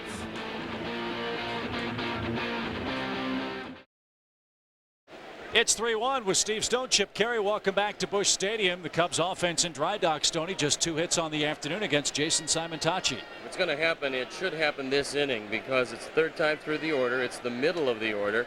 And Chip, they haven't hit the ball very hard against Simontachi. They've been impatient. They haven't worked to hitters' counts. Hopefully this inning will be just the opposite. Still very much a manageable ball game, and you'd love to have this one with Matt Morris opposing the Cubs tomorrow. Matt Morris is always a tough task, and the Cubs figured they would have the pitching advantage in this game. It hasn't worked out that way. And by the way, from this angle, your new haircut looks spiffy. I think we've both grown into our new coiffes. As Patterson rifles the first pitch into the right field corner, Perez will dig it out. Now remember, he's an infielder by trade. Easy double for Corey Patterson, and the tying run comes to the plate. Steve, first hit for the Cubs since Choi doubled in the 2nd inning, and that snaps a string of 14 straight batters retired, and now that man goes to the stretch. I would think if it's going to happen, this is the inning. And that was a breaking ball that didn't break sharply enough down and in. Corey Patterson whacks it into the corner. Even though Perez does a nice job, he's not going to throw anybody out. So an opportunity to close the gap. I would think if you're Dave Duncan and Tony La Russa, you would be watching the crispness of the stuff of Simontachi, who's averaged less than 5 innings per start. Alu has grounded out twice, both to the shortstop. That one into right center field. That one's going to drop. Nobody's getting it. Patterson takes an odd route around 3rd. Relay will not be made. 2 straight hits. It's a 3-2 game. Well, perhaps we'll see Dave Duncan come out because it's happened very quickly. And Simontachi now finds himself with a 1-run lead. And he still has to face a couple of quality left-hand hitters in O'Leary and Choi. I would think the bullpen would start to scramble were I Tony La Russa and the Cardinals. Moises Alou drives this ball into right center. He's driven in his 26th run. And the Cubs trail by a scant 1. Alu at first, and a ball downstairs to O'Leary. Troy has one of the 4 Cub hits on the day, and they are scrambling in the St. Louis pen. The disadvantage today for the Cardinals is they don't have the good throwers in left and right. 1 ball, no strikes. Alu sent back to the bag. Kent State man is up in the pen.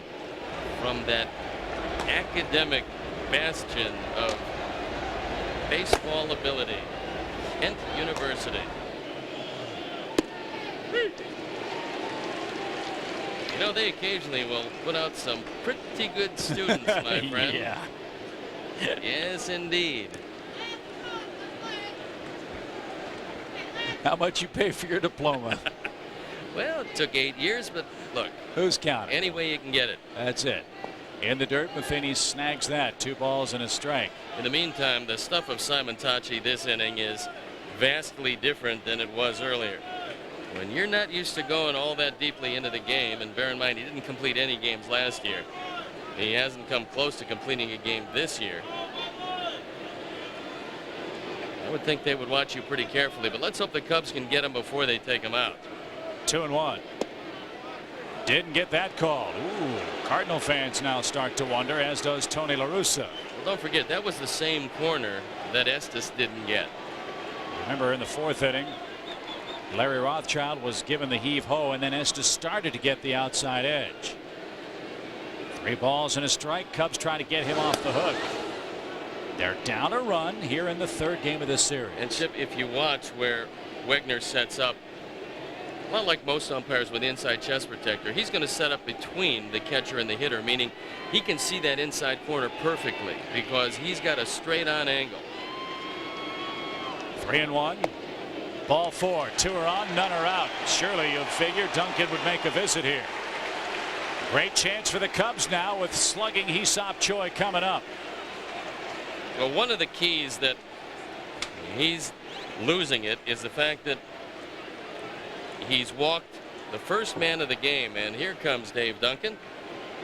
Matheny walked to the mound, stayed out there. Duncan sprinting out, something he doesn't do often. And with 2 on, nobody out, and Dustin Hermanson about ready to go. This becomes a key at bat. Now Duncan's going to take as much time as he can out there until Wegner comes out to break this thing up. So as the meeting resolves itself, let's quickly pause now for station identification. You're watching the home to 100 American and National League games all season long. Superstation WGN. Cubs have come back in the 7th. 3 straight hitters have reached. A double, a single, and a walk to O'Leary brings up Choi, who doubled home the first Cub run in the 2nd. 3-2 St. Louis, and Choi looks at a ball low. Nice stop, Matheny. That saves 2nd and 3rd with nobody out. Depending on how this inning works out, that could be a huge play for Mike Matheny and the Cardinals. If you let this one get away, you get out of the double play situation and you put the tying and go-ahead runs in scoring position.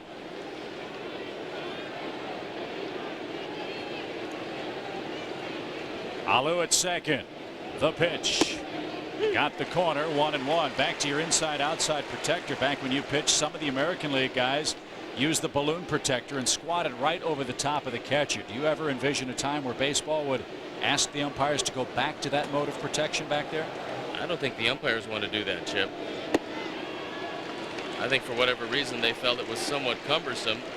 They did sit right over the top of the catcher, and umpires will tell you today that they feel they get a good look at both sides. Reality tells you that if you're looking at something straight on, you can certainly judge it better than looking at something over the top of the catcher. 2 balls and a strike inside. Well, I'm sure the umpires would also say they don't particularly want to work home plate in St. Louis in August in a day game, but sometimes you just got to bite the bullet and do what you're supposed to do. Well, this should be a pretty good pitch right here for Hee-Seop Choi. That's assuming that Simon Tachi can put it in the strike zone. Something he's having some trouble doing right now. And the Cubs would dearly love to see them loaded up with Hermanson coming into the game. 3 balls, 1 strike. There's nobody out, 2 on. Bases loaded, nobody out. Well, the Cubs have their shot now. Let's see what they can do with it. Well, we'll see how patient Tony La Russa is. He's got a pitcher who is throwing all strikes. And suddenly he found the plate moving on him. And there's Tony La Russa. He's going to look over the lineup card, see if he has to go to the bullpen, who can he make the double switch with, and he's going to make it right now. So bye-bye Jason. You got to figure Vigna's going to be the man that comes in Delgado's spot. I would think so, but the Cubs in business with bases loaded, nobody out. I told you, Chippy, good things would happen if we had the on camera this inning. That's why you're the best in the business, Steve. I think it should be all Steve and Chippy all the time. 3-2 is our score. Bases are full of Cubs. Back with more in a minute.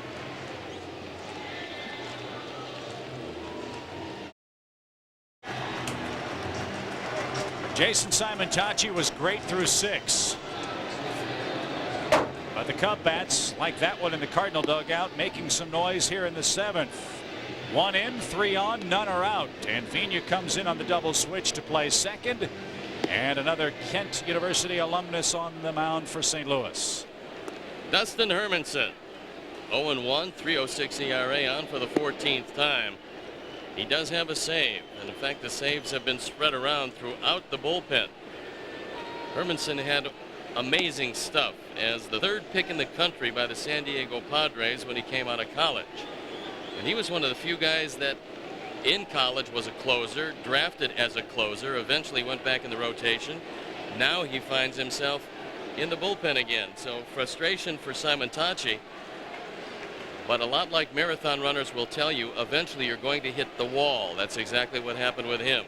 With the bases loaded, Ramon Martinez in just 19 career at-bats has driven in 20 runs.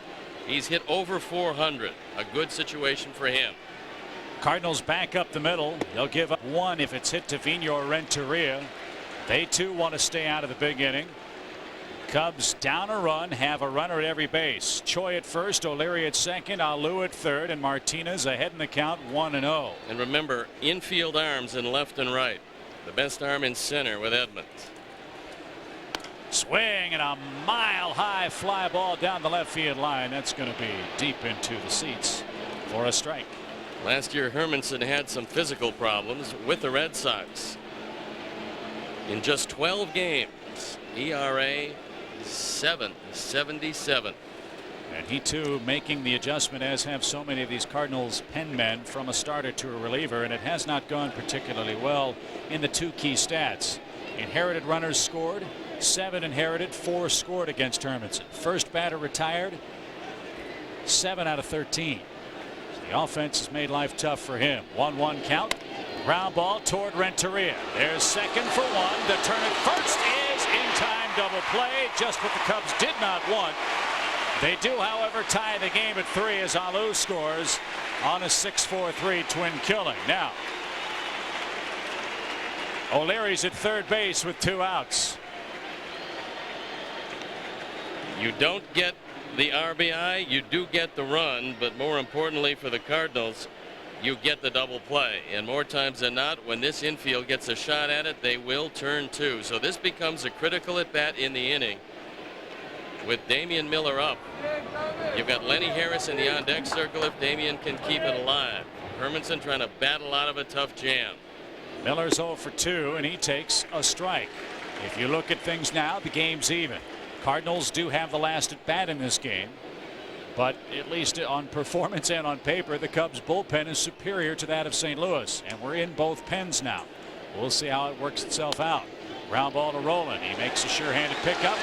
And the perfect throw. Cubs had bases loaded, nobody out. They get 1 out of the deal. Hermanson a fine effort in the 7th. Time to stretch, but the Cubs have tied it 3-3 here in St. Louis.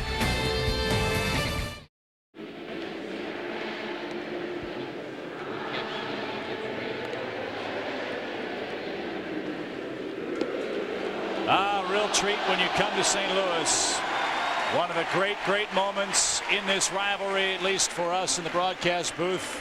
The late, great Jack Buck, last year singing Take Me Out to the Ball Game, or 2 years ago, I believe, singing Take Me Out to the Ball Game at Wrigley Field. What a moment. And he was right. In his speech, he said this is the greatest rivalry in all of sports. Boy, what a treat for us. We sure miss him in the broadcast booth here in St. Louis. Friends, the Cubs' premier summer charity event, Meet the Team Have a Ball, scheduled for Saturday, August 2nd. 350 fans have a chance to come to the ballpark before the gates open and get an autograph from every member of the 2003 Cubs team. Several former Cubs greats will also be in attendance, and tickets are $200 each. They go on sale Monday, June 9th. You can get them by phone at 773-404-CUBS. For more information, go online at Cubs.com. Why would you flip-flop with Vina? Because he's hitting .429 against Cruz and doesn't mind stepping in the way of one. So normally when you throw him away, he'll hit you a soft fly ball to left field. If you keep it in, more times than not, you have some problems. You figure this will be the final frame for Cruz. His spot's due up first in the Cub 8th. Well, the bullpen up and going here, so as we get down into the middle of that Cardinal lineup, Dusty Baker has right and left hander up. And you saw Vina twitch. He thought about leaning in there. And Norton joins Alfonseca in the pen. Don't forget, this will not be the major league debut of Phil Norton. He was here in the year 2000. So he didn't pitch often, but he got a chance to at least get his feet wet in a couple of starting roles. 2 balls, no strikes to Vina with Cairo waiting on deck. We're tied at 3 in the 7th. And Vina skips. Now Tony La Russa has said, look, I know that all of these hit batsmen that the Cubs have been piling up in this series are not intentional, but he has said they're tired of getting hit. And the Cubs are tired of seeing Vina on base. Well, right now, if you think that Cruz is throwing at Vina, you don't really understand baseball. That's the go-ahead run. And Vina's been hit 8 times. Cruz doesn't want to make it 9. 3-0. Nowhere near. Leadoff man walks in the St. Louis 7th, and he's got good speed. Vina's been successful just 3 of 6 times in the stolen base department. But Miguel Cairo, I'm sure, is going to be laying it down. That's one of the things that he certainly has learned how to do as a middle infielder. He is a good hitter. He does have one sacrifice, and you would think that Tony would ask him to bunt again. Cairo 2 hits in a starting role today. Game tied 3-3. Cubs had their shot in the 7th. They got the tie, but could have gotten more. They had the bases loaded with nobody out and could not get the ball out of the infield. 3-3 game in the 7th.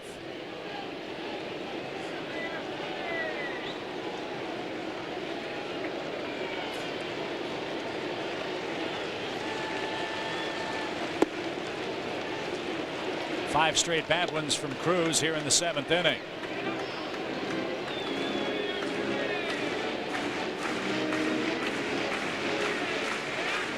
I told you this Cardinal team didn't run a whole lot, and they don't run too successfully.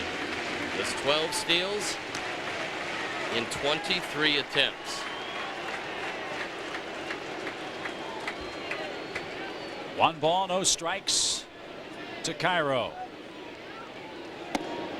That one splits the dish. Texas trying to do something they've never done before. They're trying to sweep the Yankees in the Bronx. They're up 5-1 in the bottom of the 9th inning in New York. What a sweet victory for Buck Showalter, returning back to New York, where he once managed, and to come in with a team that has had a pretty tough go at it this year and beat the Yankees. Give him a great deal of pleasure. Boston's winning at home. If those scores hold up, there'll be a flat-footed tie in the East. 1-1 pitch, breaking ball, bunted at the plate. Cairo got it right off the ear flap, and he's fortunate he wasn't out of the box. 1-2. I think he was minus the flap, so he got it off the ear. That's going to leave a bruise, certainly. And there you see a very swollen ear.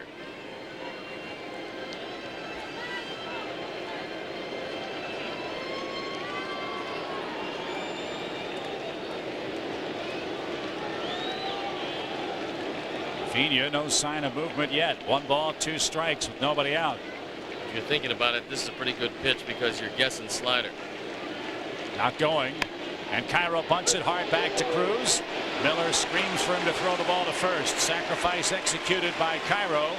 Go ahead run at second for Edmonds. Pretty good job by Miguel Cairo as he tries to back out of the way, but Cruz threw it in the right spot. He threw a high fastball and Cairo didn't pop it up. He's able to get it down, so they're going to bring Norton in the game for just Edmonds and then go to Alfonseca for Pujols and Roland.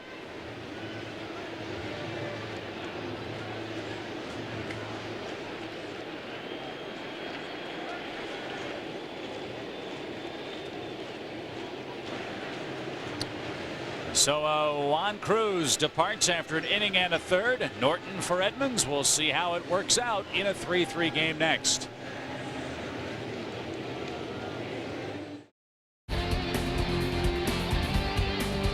There you look at the game summary so far. Sean Estes not going to figure in it. Simon Tachi also not going to figure in it. He was a little more effective, but they both gave up 3 runs. And now the game is in the hands of the bullpen, and Phil Norton comes into this one. The reason he's here is the fact that he was so tough against the left-hand hitters. They were 3 for 21 against him. Now Rod Beck was probably throwing the ball much better. However, Rod Beck throws with his right arm. And the last appearance wasn't a particularly good one, but that was in a starting role. And that was 3 years ago. August 8th in Los Angeles, Norton became the 18th man in history to allow 4 home runs in 1 inning in a 7-5 loss to the Dodgers. He won't get that chance today. He's here to face one guy, and that one guy is a slumping Jim Edmonds. Runner at second, the go-ahead run for the Cardinals potentially. 3-3 game. It's Fernando Vina. And there's a good start. Strike 1 to the Cardinals center fielder. A leadoff walk from that man as the Cardinals thinking about the lead here in the 7th. Norton's in for just 1 hitter, and then it's going to be Al Fonseca regardless of what happens here, unless he lines into a double play. As Steve mentioned earlier, the Cubs placed Mark Guthrie on the disabled list with some tenderness in his arm. If it were August or September, he'd probably be able to pitch through it. The Cubs figured let him rest, let the problem subside, and not take any chances. That's why Norton is here, and he's jumped ahead of Edmonds at 0-2. Vina, a good lead out at second. And Edmonds a slow roller to the right side. Norton gloves and steps on the bag. He got his man, runner to third with 2 outs. Good play by Phil Norton. He knew that if he could get it, he could take the play himself. And I'd have to believe that Dusty is going to make another trip to the mound and bring in El Pulpo. So the situational left-hander retired the man he had to get. Jim Edmonds continues to struggle. He's 0 for 4 today. And now the Cubs are going to double switch. Lenny Harris will take over at third base. And Antonio Alfonseca will come on in a 3-3 game here in St. Louis.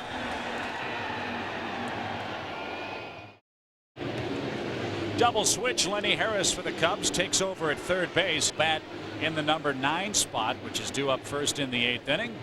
Antonio Alfonseca now relieves Philip Norton. He'll bat in the 7th spot in the order, and he'll face Pujols with 2 outs. He's always had good luck against Albert. It was 0 for 5 against him lifetime. This year, Alfonseca on for the 9th time. 1.17 ERA. And for the moment, Alfonseca has been used as a setup man for Joe Borowski, who picked up his 7th save of the year yesterday. This has been some series between these two teams, as you would expect from a very heated rivalry. Well, it's not the same old Cubs, I can tell you that. Cardinals are finding that out. Still a ways to go in this game, and another game tomorrow.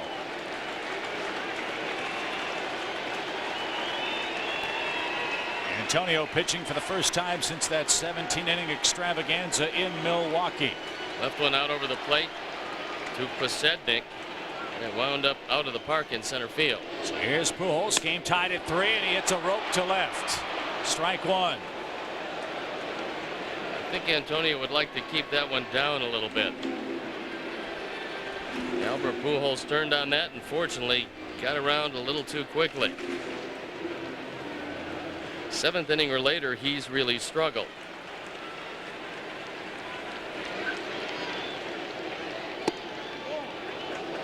One ball, 1 strike. Well, Antonio realizing what Sean Estes realized early, that you're not going to get that outside corner.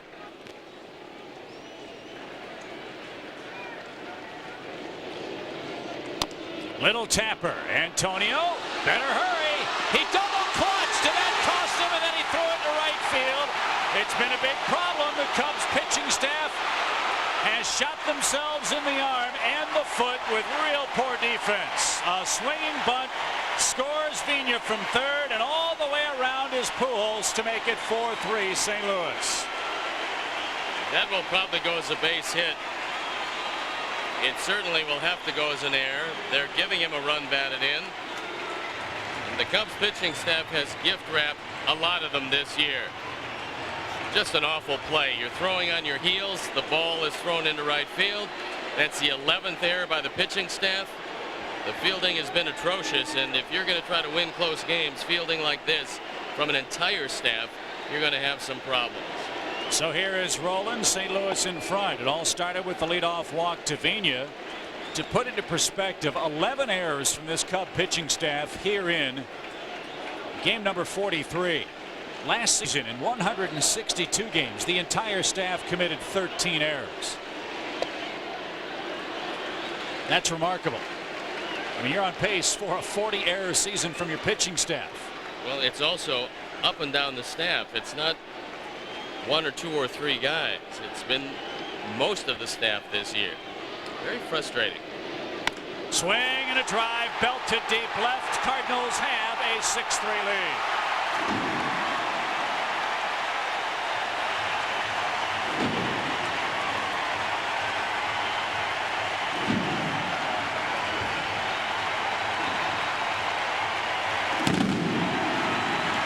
We said it in the series opener Friday. The team that makes the fewest mistakes is the team that's going to prevail. Friday night, the Cubs played horribly on defense. Here in the 7th inning, they got a roller from Pujols that Alfonseca couldn't field. And then his attention wandered, and Rolen breaks the game open. Not much doubt about that one. It was hit over the bullpen. So home run number 9 for Rolen, who's driven in 4 runs today. He doubled in 2 in the first inning. He homered in 2 here in the 7th. Cubs couldn't defend him Friday night. They couldn't defend him here. And against a real good team, you're just not going to beat him. It's as simple as that. All this happening with 2 outs. Base is clear now. Palmeiro will bat for Perez. Cardinals with a 3-run lead late, figuring they can send in Palmeiro, a good left-hand hitter and a much better defensive player than Perez in right. Here in this 7th inning, a late walk, an error, and a double clutch on a swinging bunt has turned into Cardinal gold late. 6-3 in the 7th inning.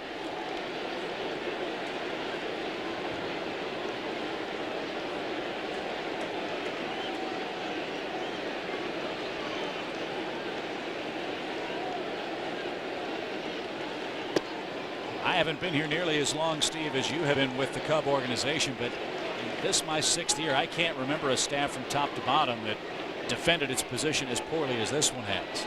Well, occasionally you'll find one of these pitchers who makes some good plays. Sure, 1 or 2. But as a staff, it's been just a woeful year.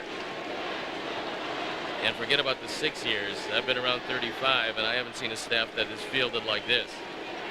So hopefully they can reverse that trend, because if not, it's going to be difficult.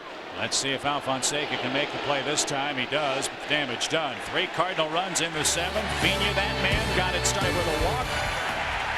And then Rolen unloads. 4 RBIs for the Cardinal third baseman. Ladies, you know, the ocean has many voices, and it's saying, why don't you two join this handsome gentleman for a Bud Light? All right, that's what I thought. I gotta try that.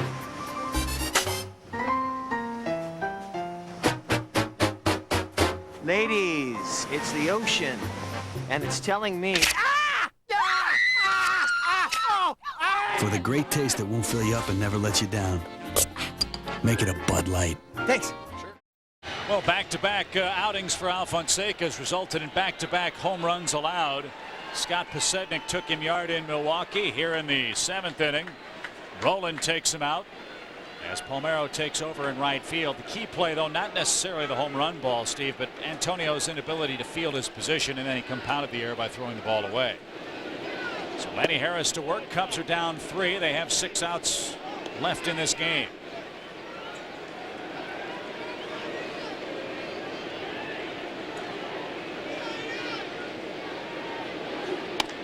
Bouncing ball to the shortstop. Renteria behind the bag.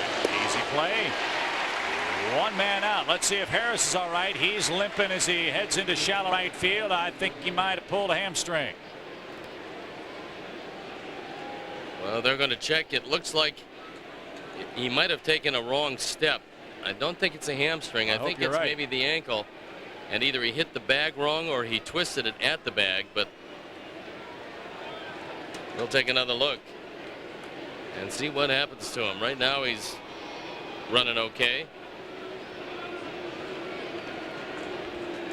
Maybe it tightened up on him, but Harris able to walk off without any assistance.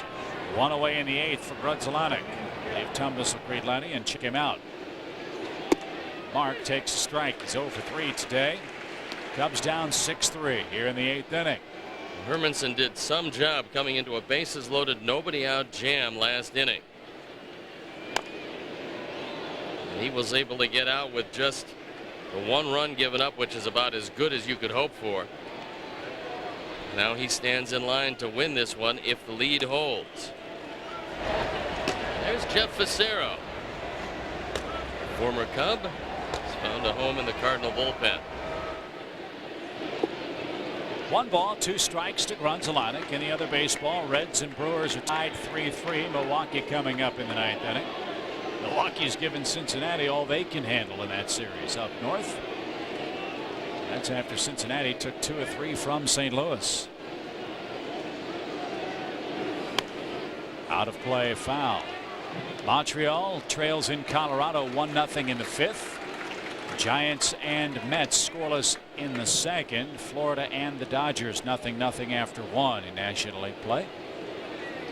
Got to become a big Philadelphia fan today as they are entertained by the Houston Astros.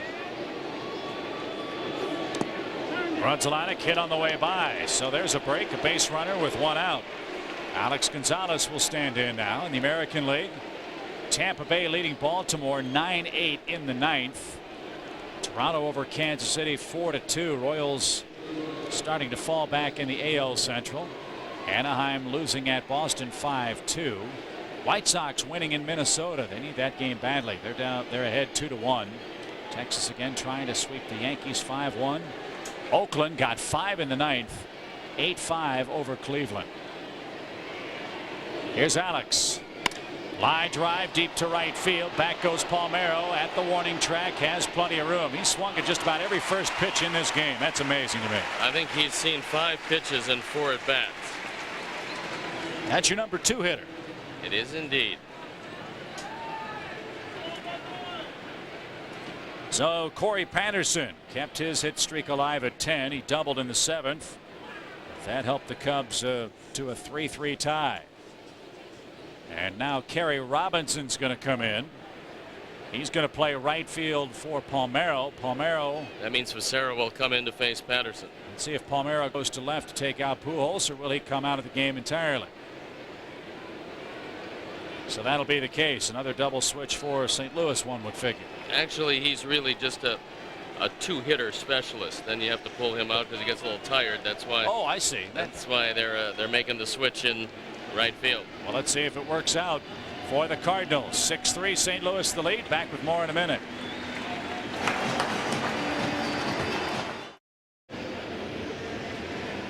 Jeff Facero, an old friend, takes over for St. Louis in the 8th inning with a man on and 2 Cub runners retired. Facero this year 0-1 on for the 21st time. The ERA of 7.43. 16 hits and 13 1/3. And he inherits Mark Grudzielanek at first base with 2 outs here in the 8th inning. Kerry Robinson checks in the game in right field. Palmeiro made it for 2/3 of an inning. He left.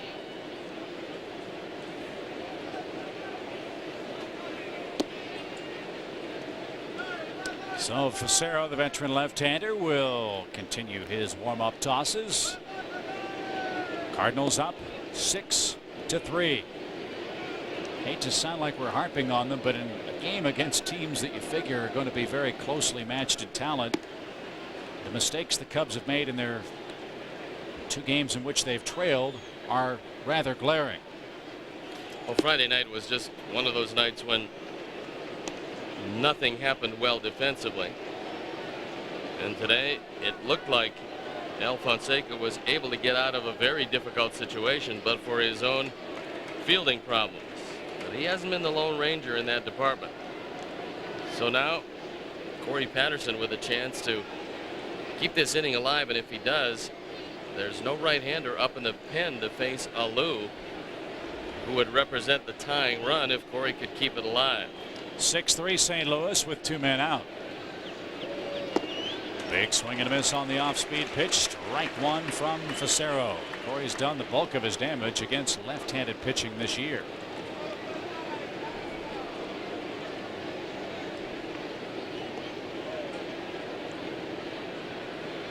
Skies brightening overhead. The only dark cloud, the scoreboard, where the Cardinals lead by 3. Line drive left field, ball tailing toward Miguel Cairo. Fine running catch. Corey stung it, but Cairo caught it. And we go to the 8th, bottom half, trailing 6-3.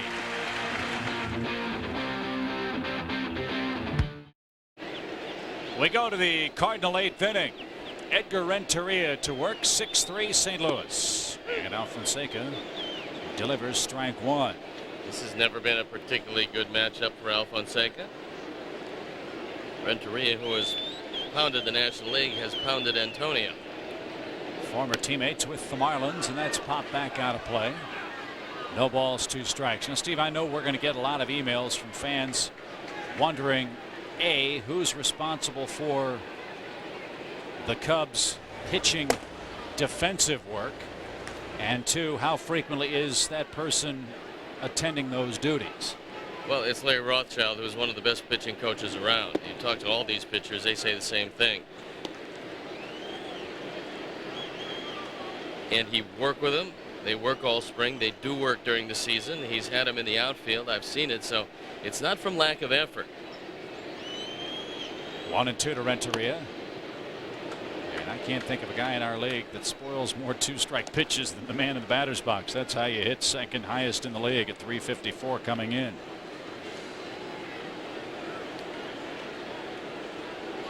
I mean, there's no way of knowing on any given day when, as you've said, errors are part of the game. It's going to happen. It certainly makes the task of beating a team like St. Louis a whole lot more difficult, especially so on the road when you cannot nail down innings. Well, one of the reasons why Greg Maddux has won at least 15 games for 15 consecutive years is that all of those Gold Gloves are on his mantle. And when he retires a guy, he makes sure that they're out. Driven in the air to right. Matheny will hit now. Matheny, an RBI single in the 3-run St. Louis first.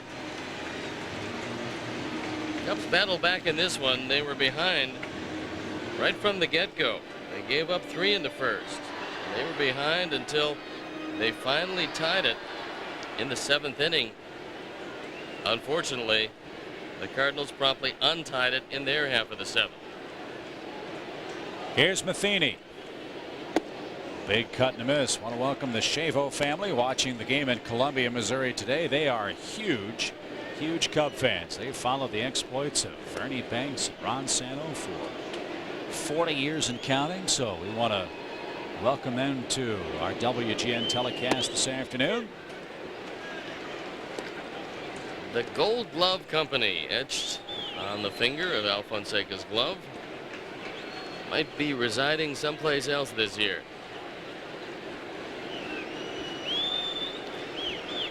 Oh, 2.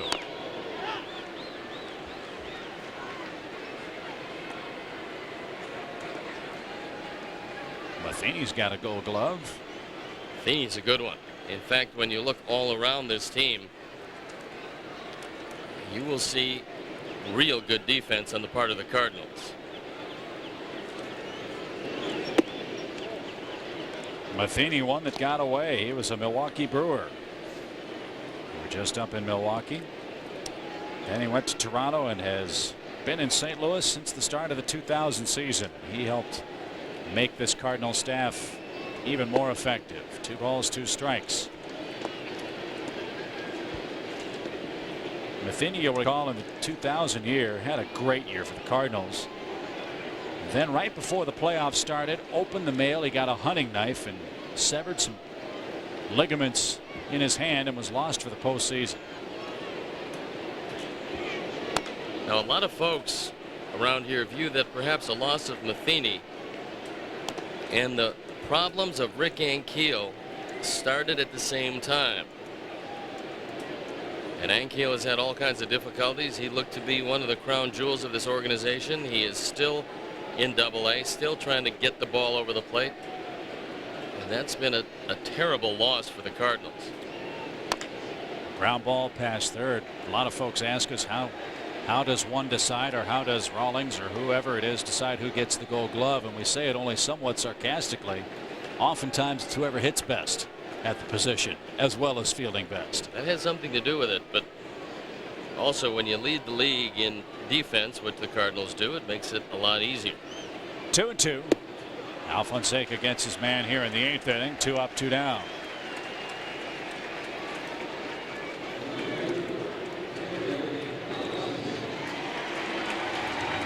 Kerry Robinson will be the hitter with the bases empty. There's your favorite. A bucket of cotton candy. I'll bet Dr. Jack Ruby would love to have some of that delivered to every kid's doorstep. Especially the blue kind. Very nice. Here's Robinson, just called up from the minor leagues. Another speedy Cardinal. This guy, when you think of prototypical St. Louis outfielders, he comes to mind. You think of the Vince Coleman, Willie McGee type, although not as accomplished a hitter. He's got terrific speed. No balls, 2 strikes. Willie came up with the Yankees, and they'll never forget the Bob Sykes for Willie McGee deal. But everybody has one of those lurking somewhere. Well, how come George Costanza didn't complain about that one? It was always Jay Buhner for Ken Phelps. Ground ball. Alfonseca can't get it on the first try. Falls down, and Choi saves another error. Antonio not real mobile out there today, but he got Robinson, and the Cubs come up in the 9th, down 3.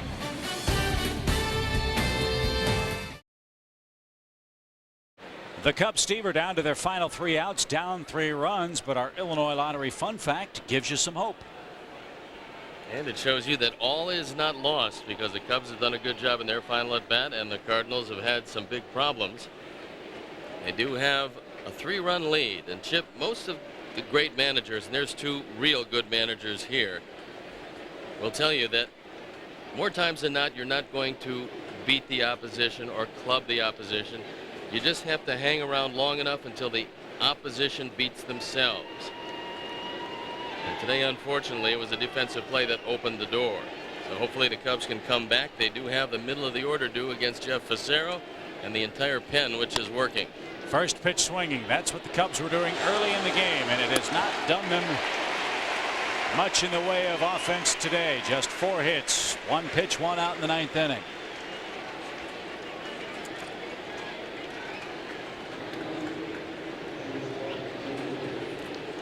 I mean, it's easy to say it from the broadcast booth, but when you're facing a man like Simon Tachi, for example, who has had so many problems with the base on balls and has not worked deep in the game or deep in counts.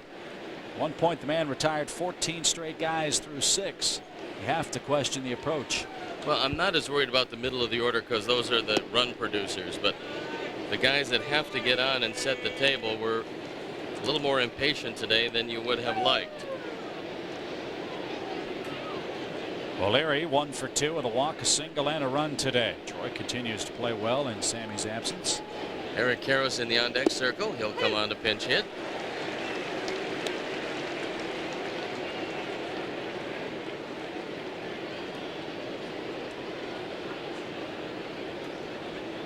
One ball, 1 strike, 6-3 St. Louis.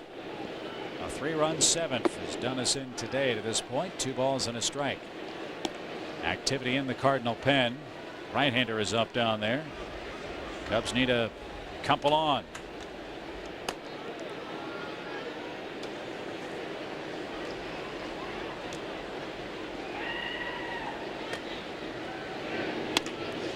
There's a start.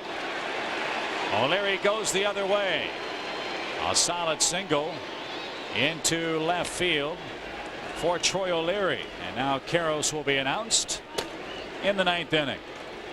Miguel Cairo made a pretty good play on that one, although O'Leary, knowing that the Cubs are 3 runs down, was not going to go to second. Where Cairo shined was last inning, where he went to his left and ran down a line drive off the bat of Corey Patterson that would have brought the tying run to the plate.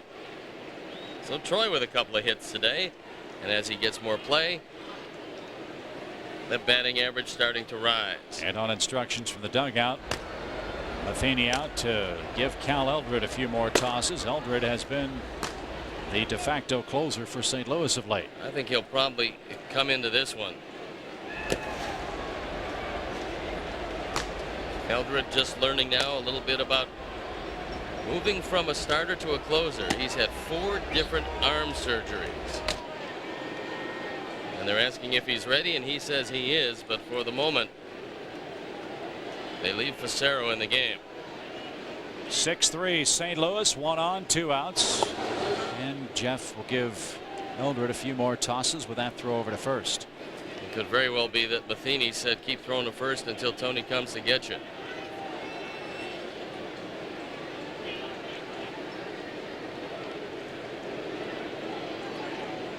Pujols holds his man at first. You don't figure O'Leary will be running.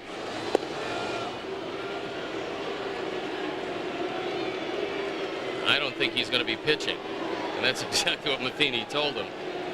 So here comes Tony. He wanted to get Eldred about 5 or 6 more pitches with the 2 pickoff throws, and with that accomplished, it'll be bye-bye Jeff, hello Cal.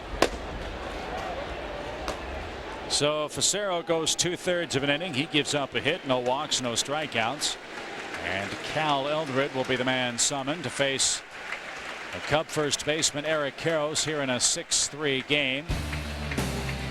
Our next WGN telecast won't be until Thursday, when Mark Pryor and Kip Wells hook up in Pittsburgh at PNC Park. Join us at 6 o'clock for the finale from Steel City. So in comes Cal Eldred, who saved the game in the series opener on Friday. It was his 2nd save of the season. He had a very easy time of it, a 1-2-3 ninth. He made the team as a non-roster player out of spring training. They were looking for some answers. Jason Isringhausen had a setback in spring training. They thought they might have rushed him along a little. He tried to hurry back. And now he'll be back at the earliest, the beginning of June. So in his absence, Eldred has put together a 2-1 record, a 3.94 ERA, out for the 15th time. He's got a couple of saves. And by and large, thrown the ball pretty well, except for perhaps one hanging breaking ball to Alex Gonzalez, that ending a game at Wrigley Field. He had a remarkable year going with the White Sox in 2000. You recall he was 10-2 at one point through 20 starts. Then he got hurt and has not pitched much since. Most of his career spent with the Brewers in Milwaukee, and 1 season for Milwaukee when they became a National League team once again. So you've got Karros coming up. The Cubs bring Mark Bellhorn to the on-deck circle against veteran right-hander Cal Eldred. 6 runs, 7 hits for St. Louis. 3 runs, 5 hits, 2 very costly Cub errors here in the 3rd game of this 4-game series. The Cubs at the moment 2.5 games in front of Houston, 4.5 games in front of St. Louis. Tomorrow it'll be Carlos Zambrano and Matt Morris. A 12 noon start on our partner Fox Sports at Chicago. Clouds have departed. It's bright sunshine now, so for those guys who kept the sunglasses with them, they can use it in the outfield. And it's going to feel like St. Louis here tomorrow, we understand. Temperatures in the 80s and humidity to match on getaway day. Well, that's always the case. Wait till the next trip in and find out how it feels. That's going to be at the end of August. Edmonds without the glasses. Robinson without the glasses. Well, you're looking up into bright sunshine. That might come into play. And no glasses for Cairo. Again, looking up, you'd say, especially left field. Yeah, why not? Call a timeout and get some glasses. That's over the outside corner for a strike to Karros.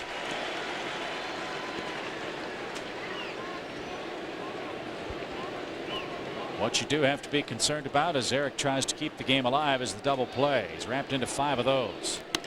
Line drive, shallow center field, but right at Edmonds. Bellhorn for Alfonseca, who is the subject of our Budweiser play of the game. Looked like Antonio was out of the inning against a real tough hitter, but when he went to make the throw, the double clutch, the ball into right field. And then a bomb off the bat of Scott Rowland. And that is that. Bellhorn was yesterday's hero. He hit a home run. It gave the Cubs a 2-1 lead and victory. So now the Cardinal fans start to chirp. They're on their feet with 2 outs and a man at first. 6-3 your score. Hermanson, Cruz, and Eldred, I believe, the pitchers of record this afternoon.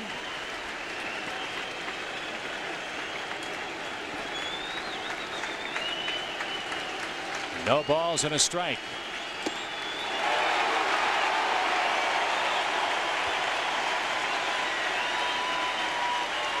Cubs battle back to tie it at 3 in the top of the 7th. They had the bases loaded, nobody out, settled for 1 run. Then the roof fell in the bottom half of the frame. And the Cardinals win it 6-3 your final score. Hermanson the winner, Cruz the loser. Cal Eldred picks up the save. The Cubs will try to earn a split tomorrow with Zambrano facing Matt Morris. Tough job against Matt Morris. The Cubs have lost 2 of 3 here, but still they're 5-2 on this road trip.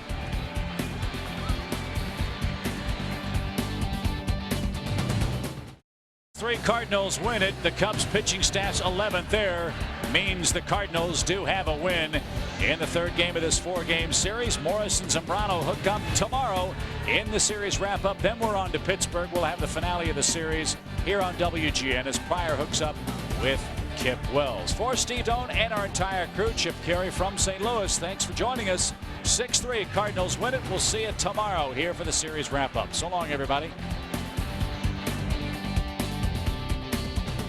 Chicago Cubs baseball brought to you by Bud Light. For the great taste that won't fill you up and never lets you down, make it a Bud Light.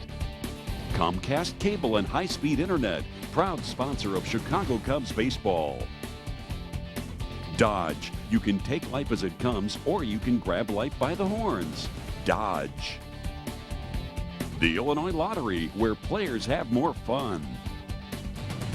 Pepsi, the official soft drink of the Chicago Cubs.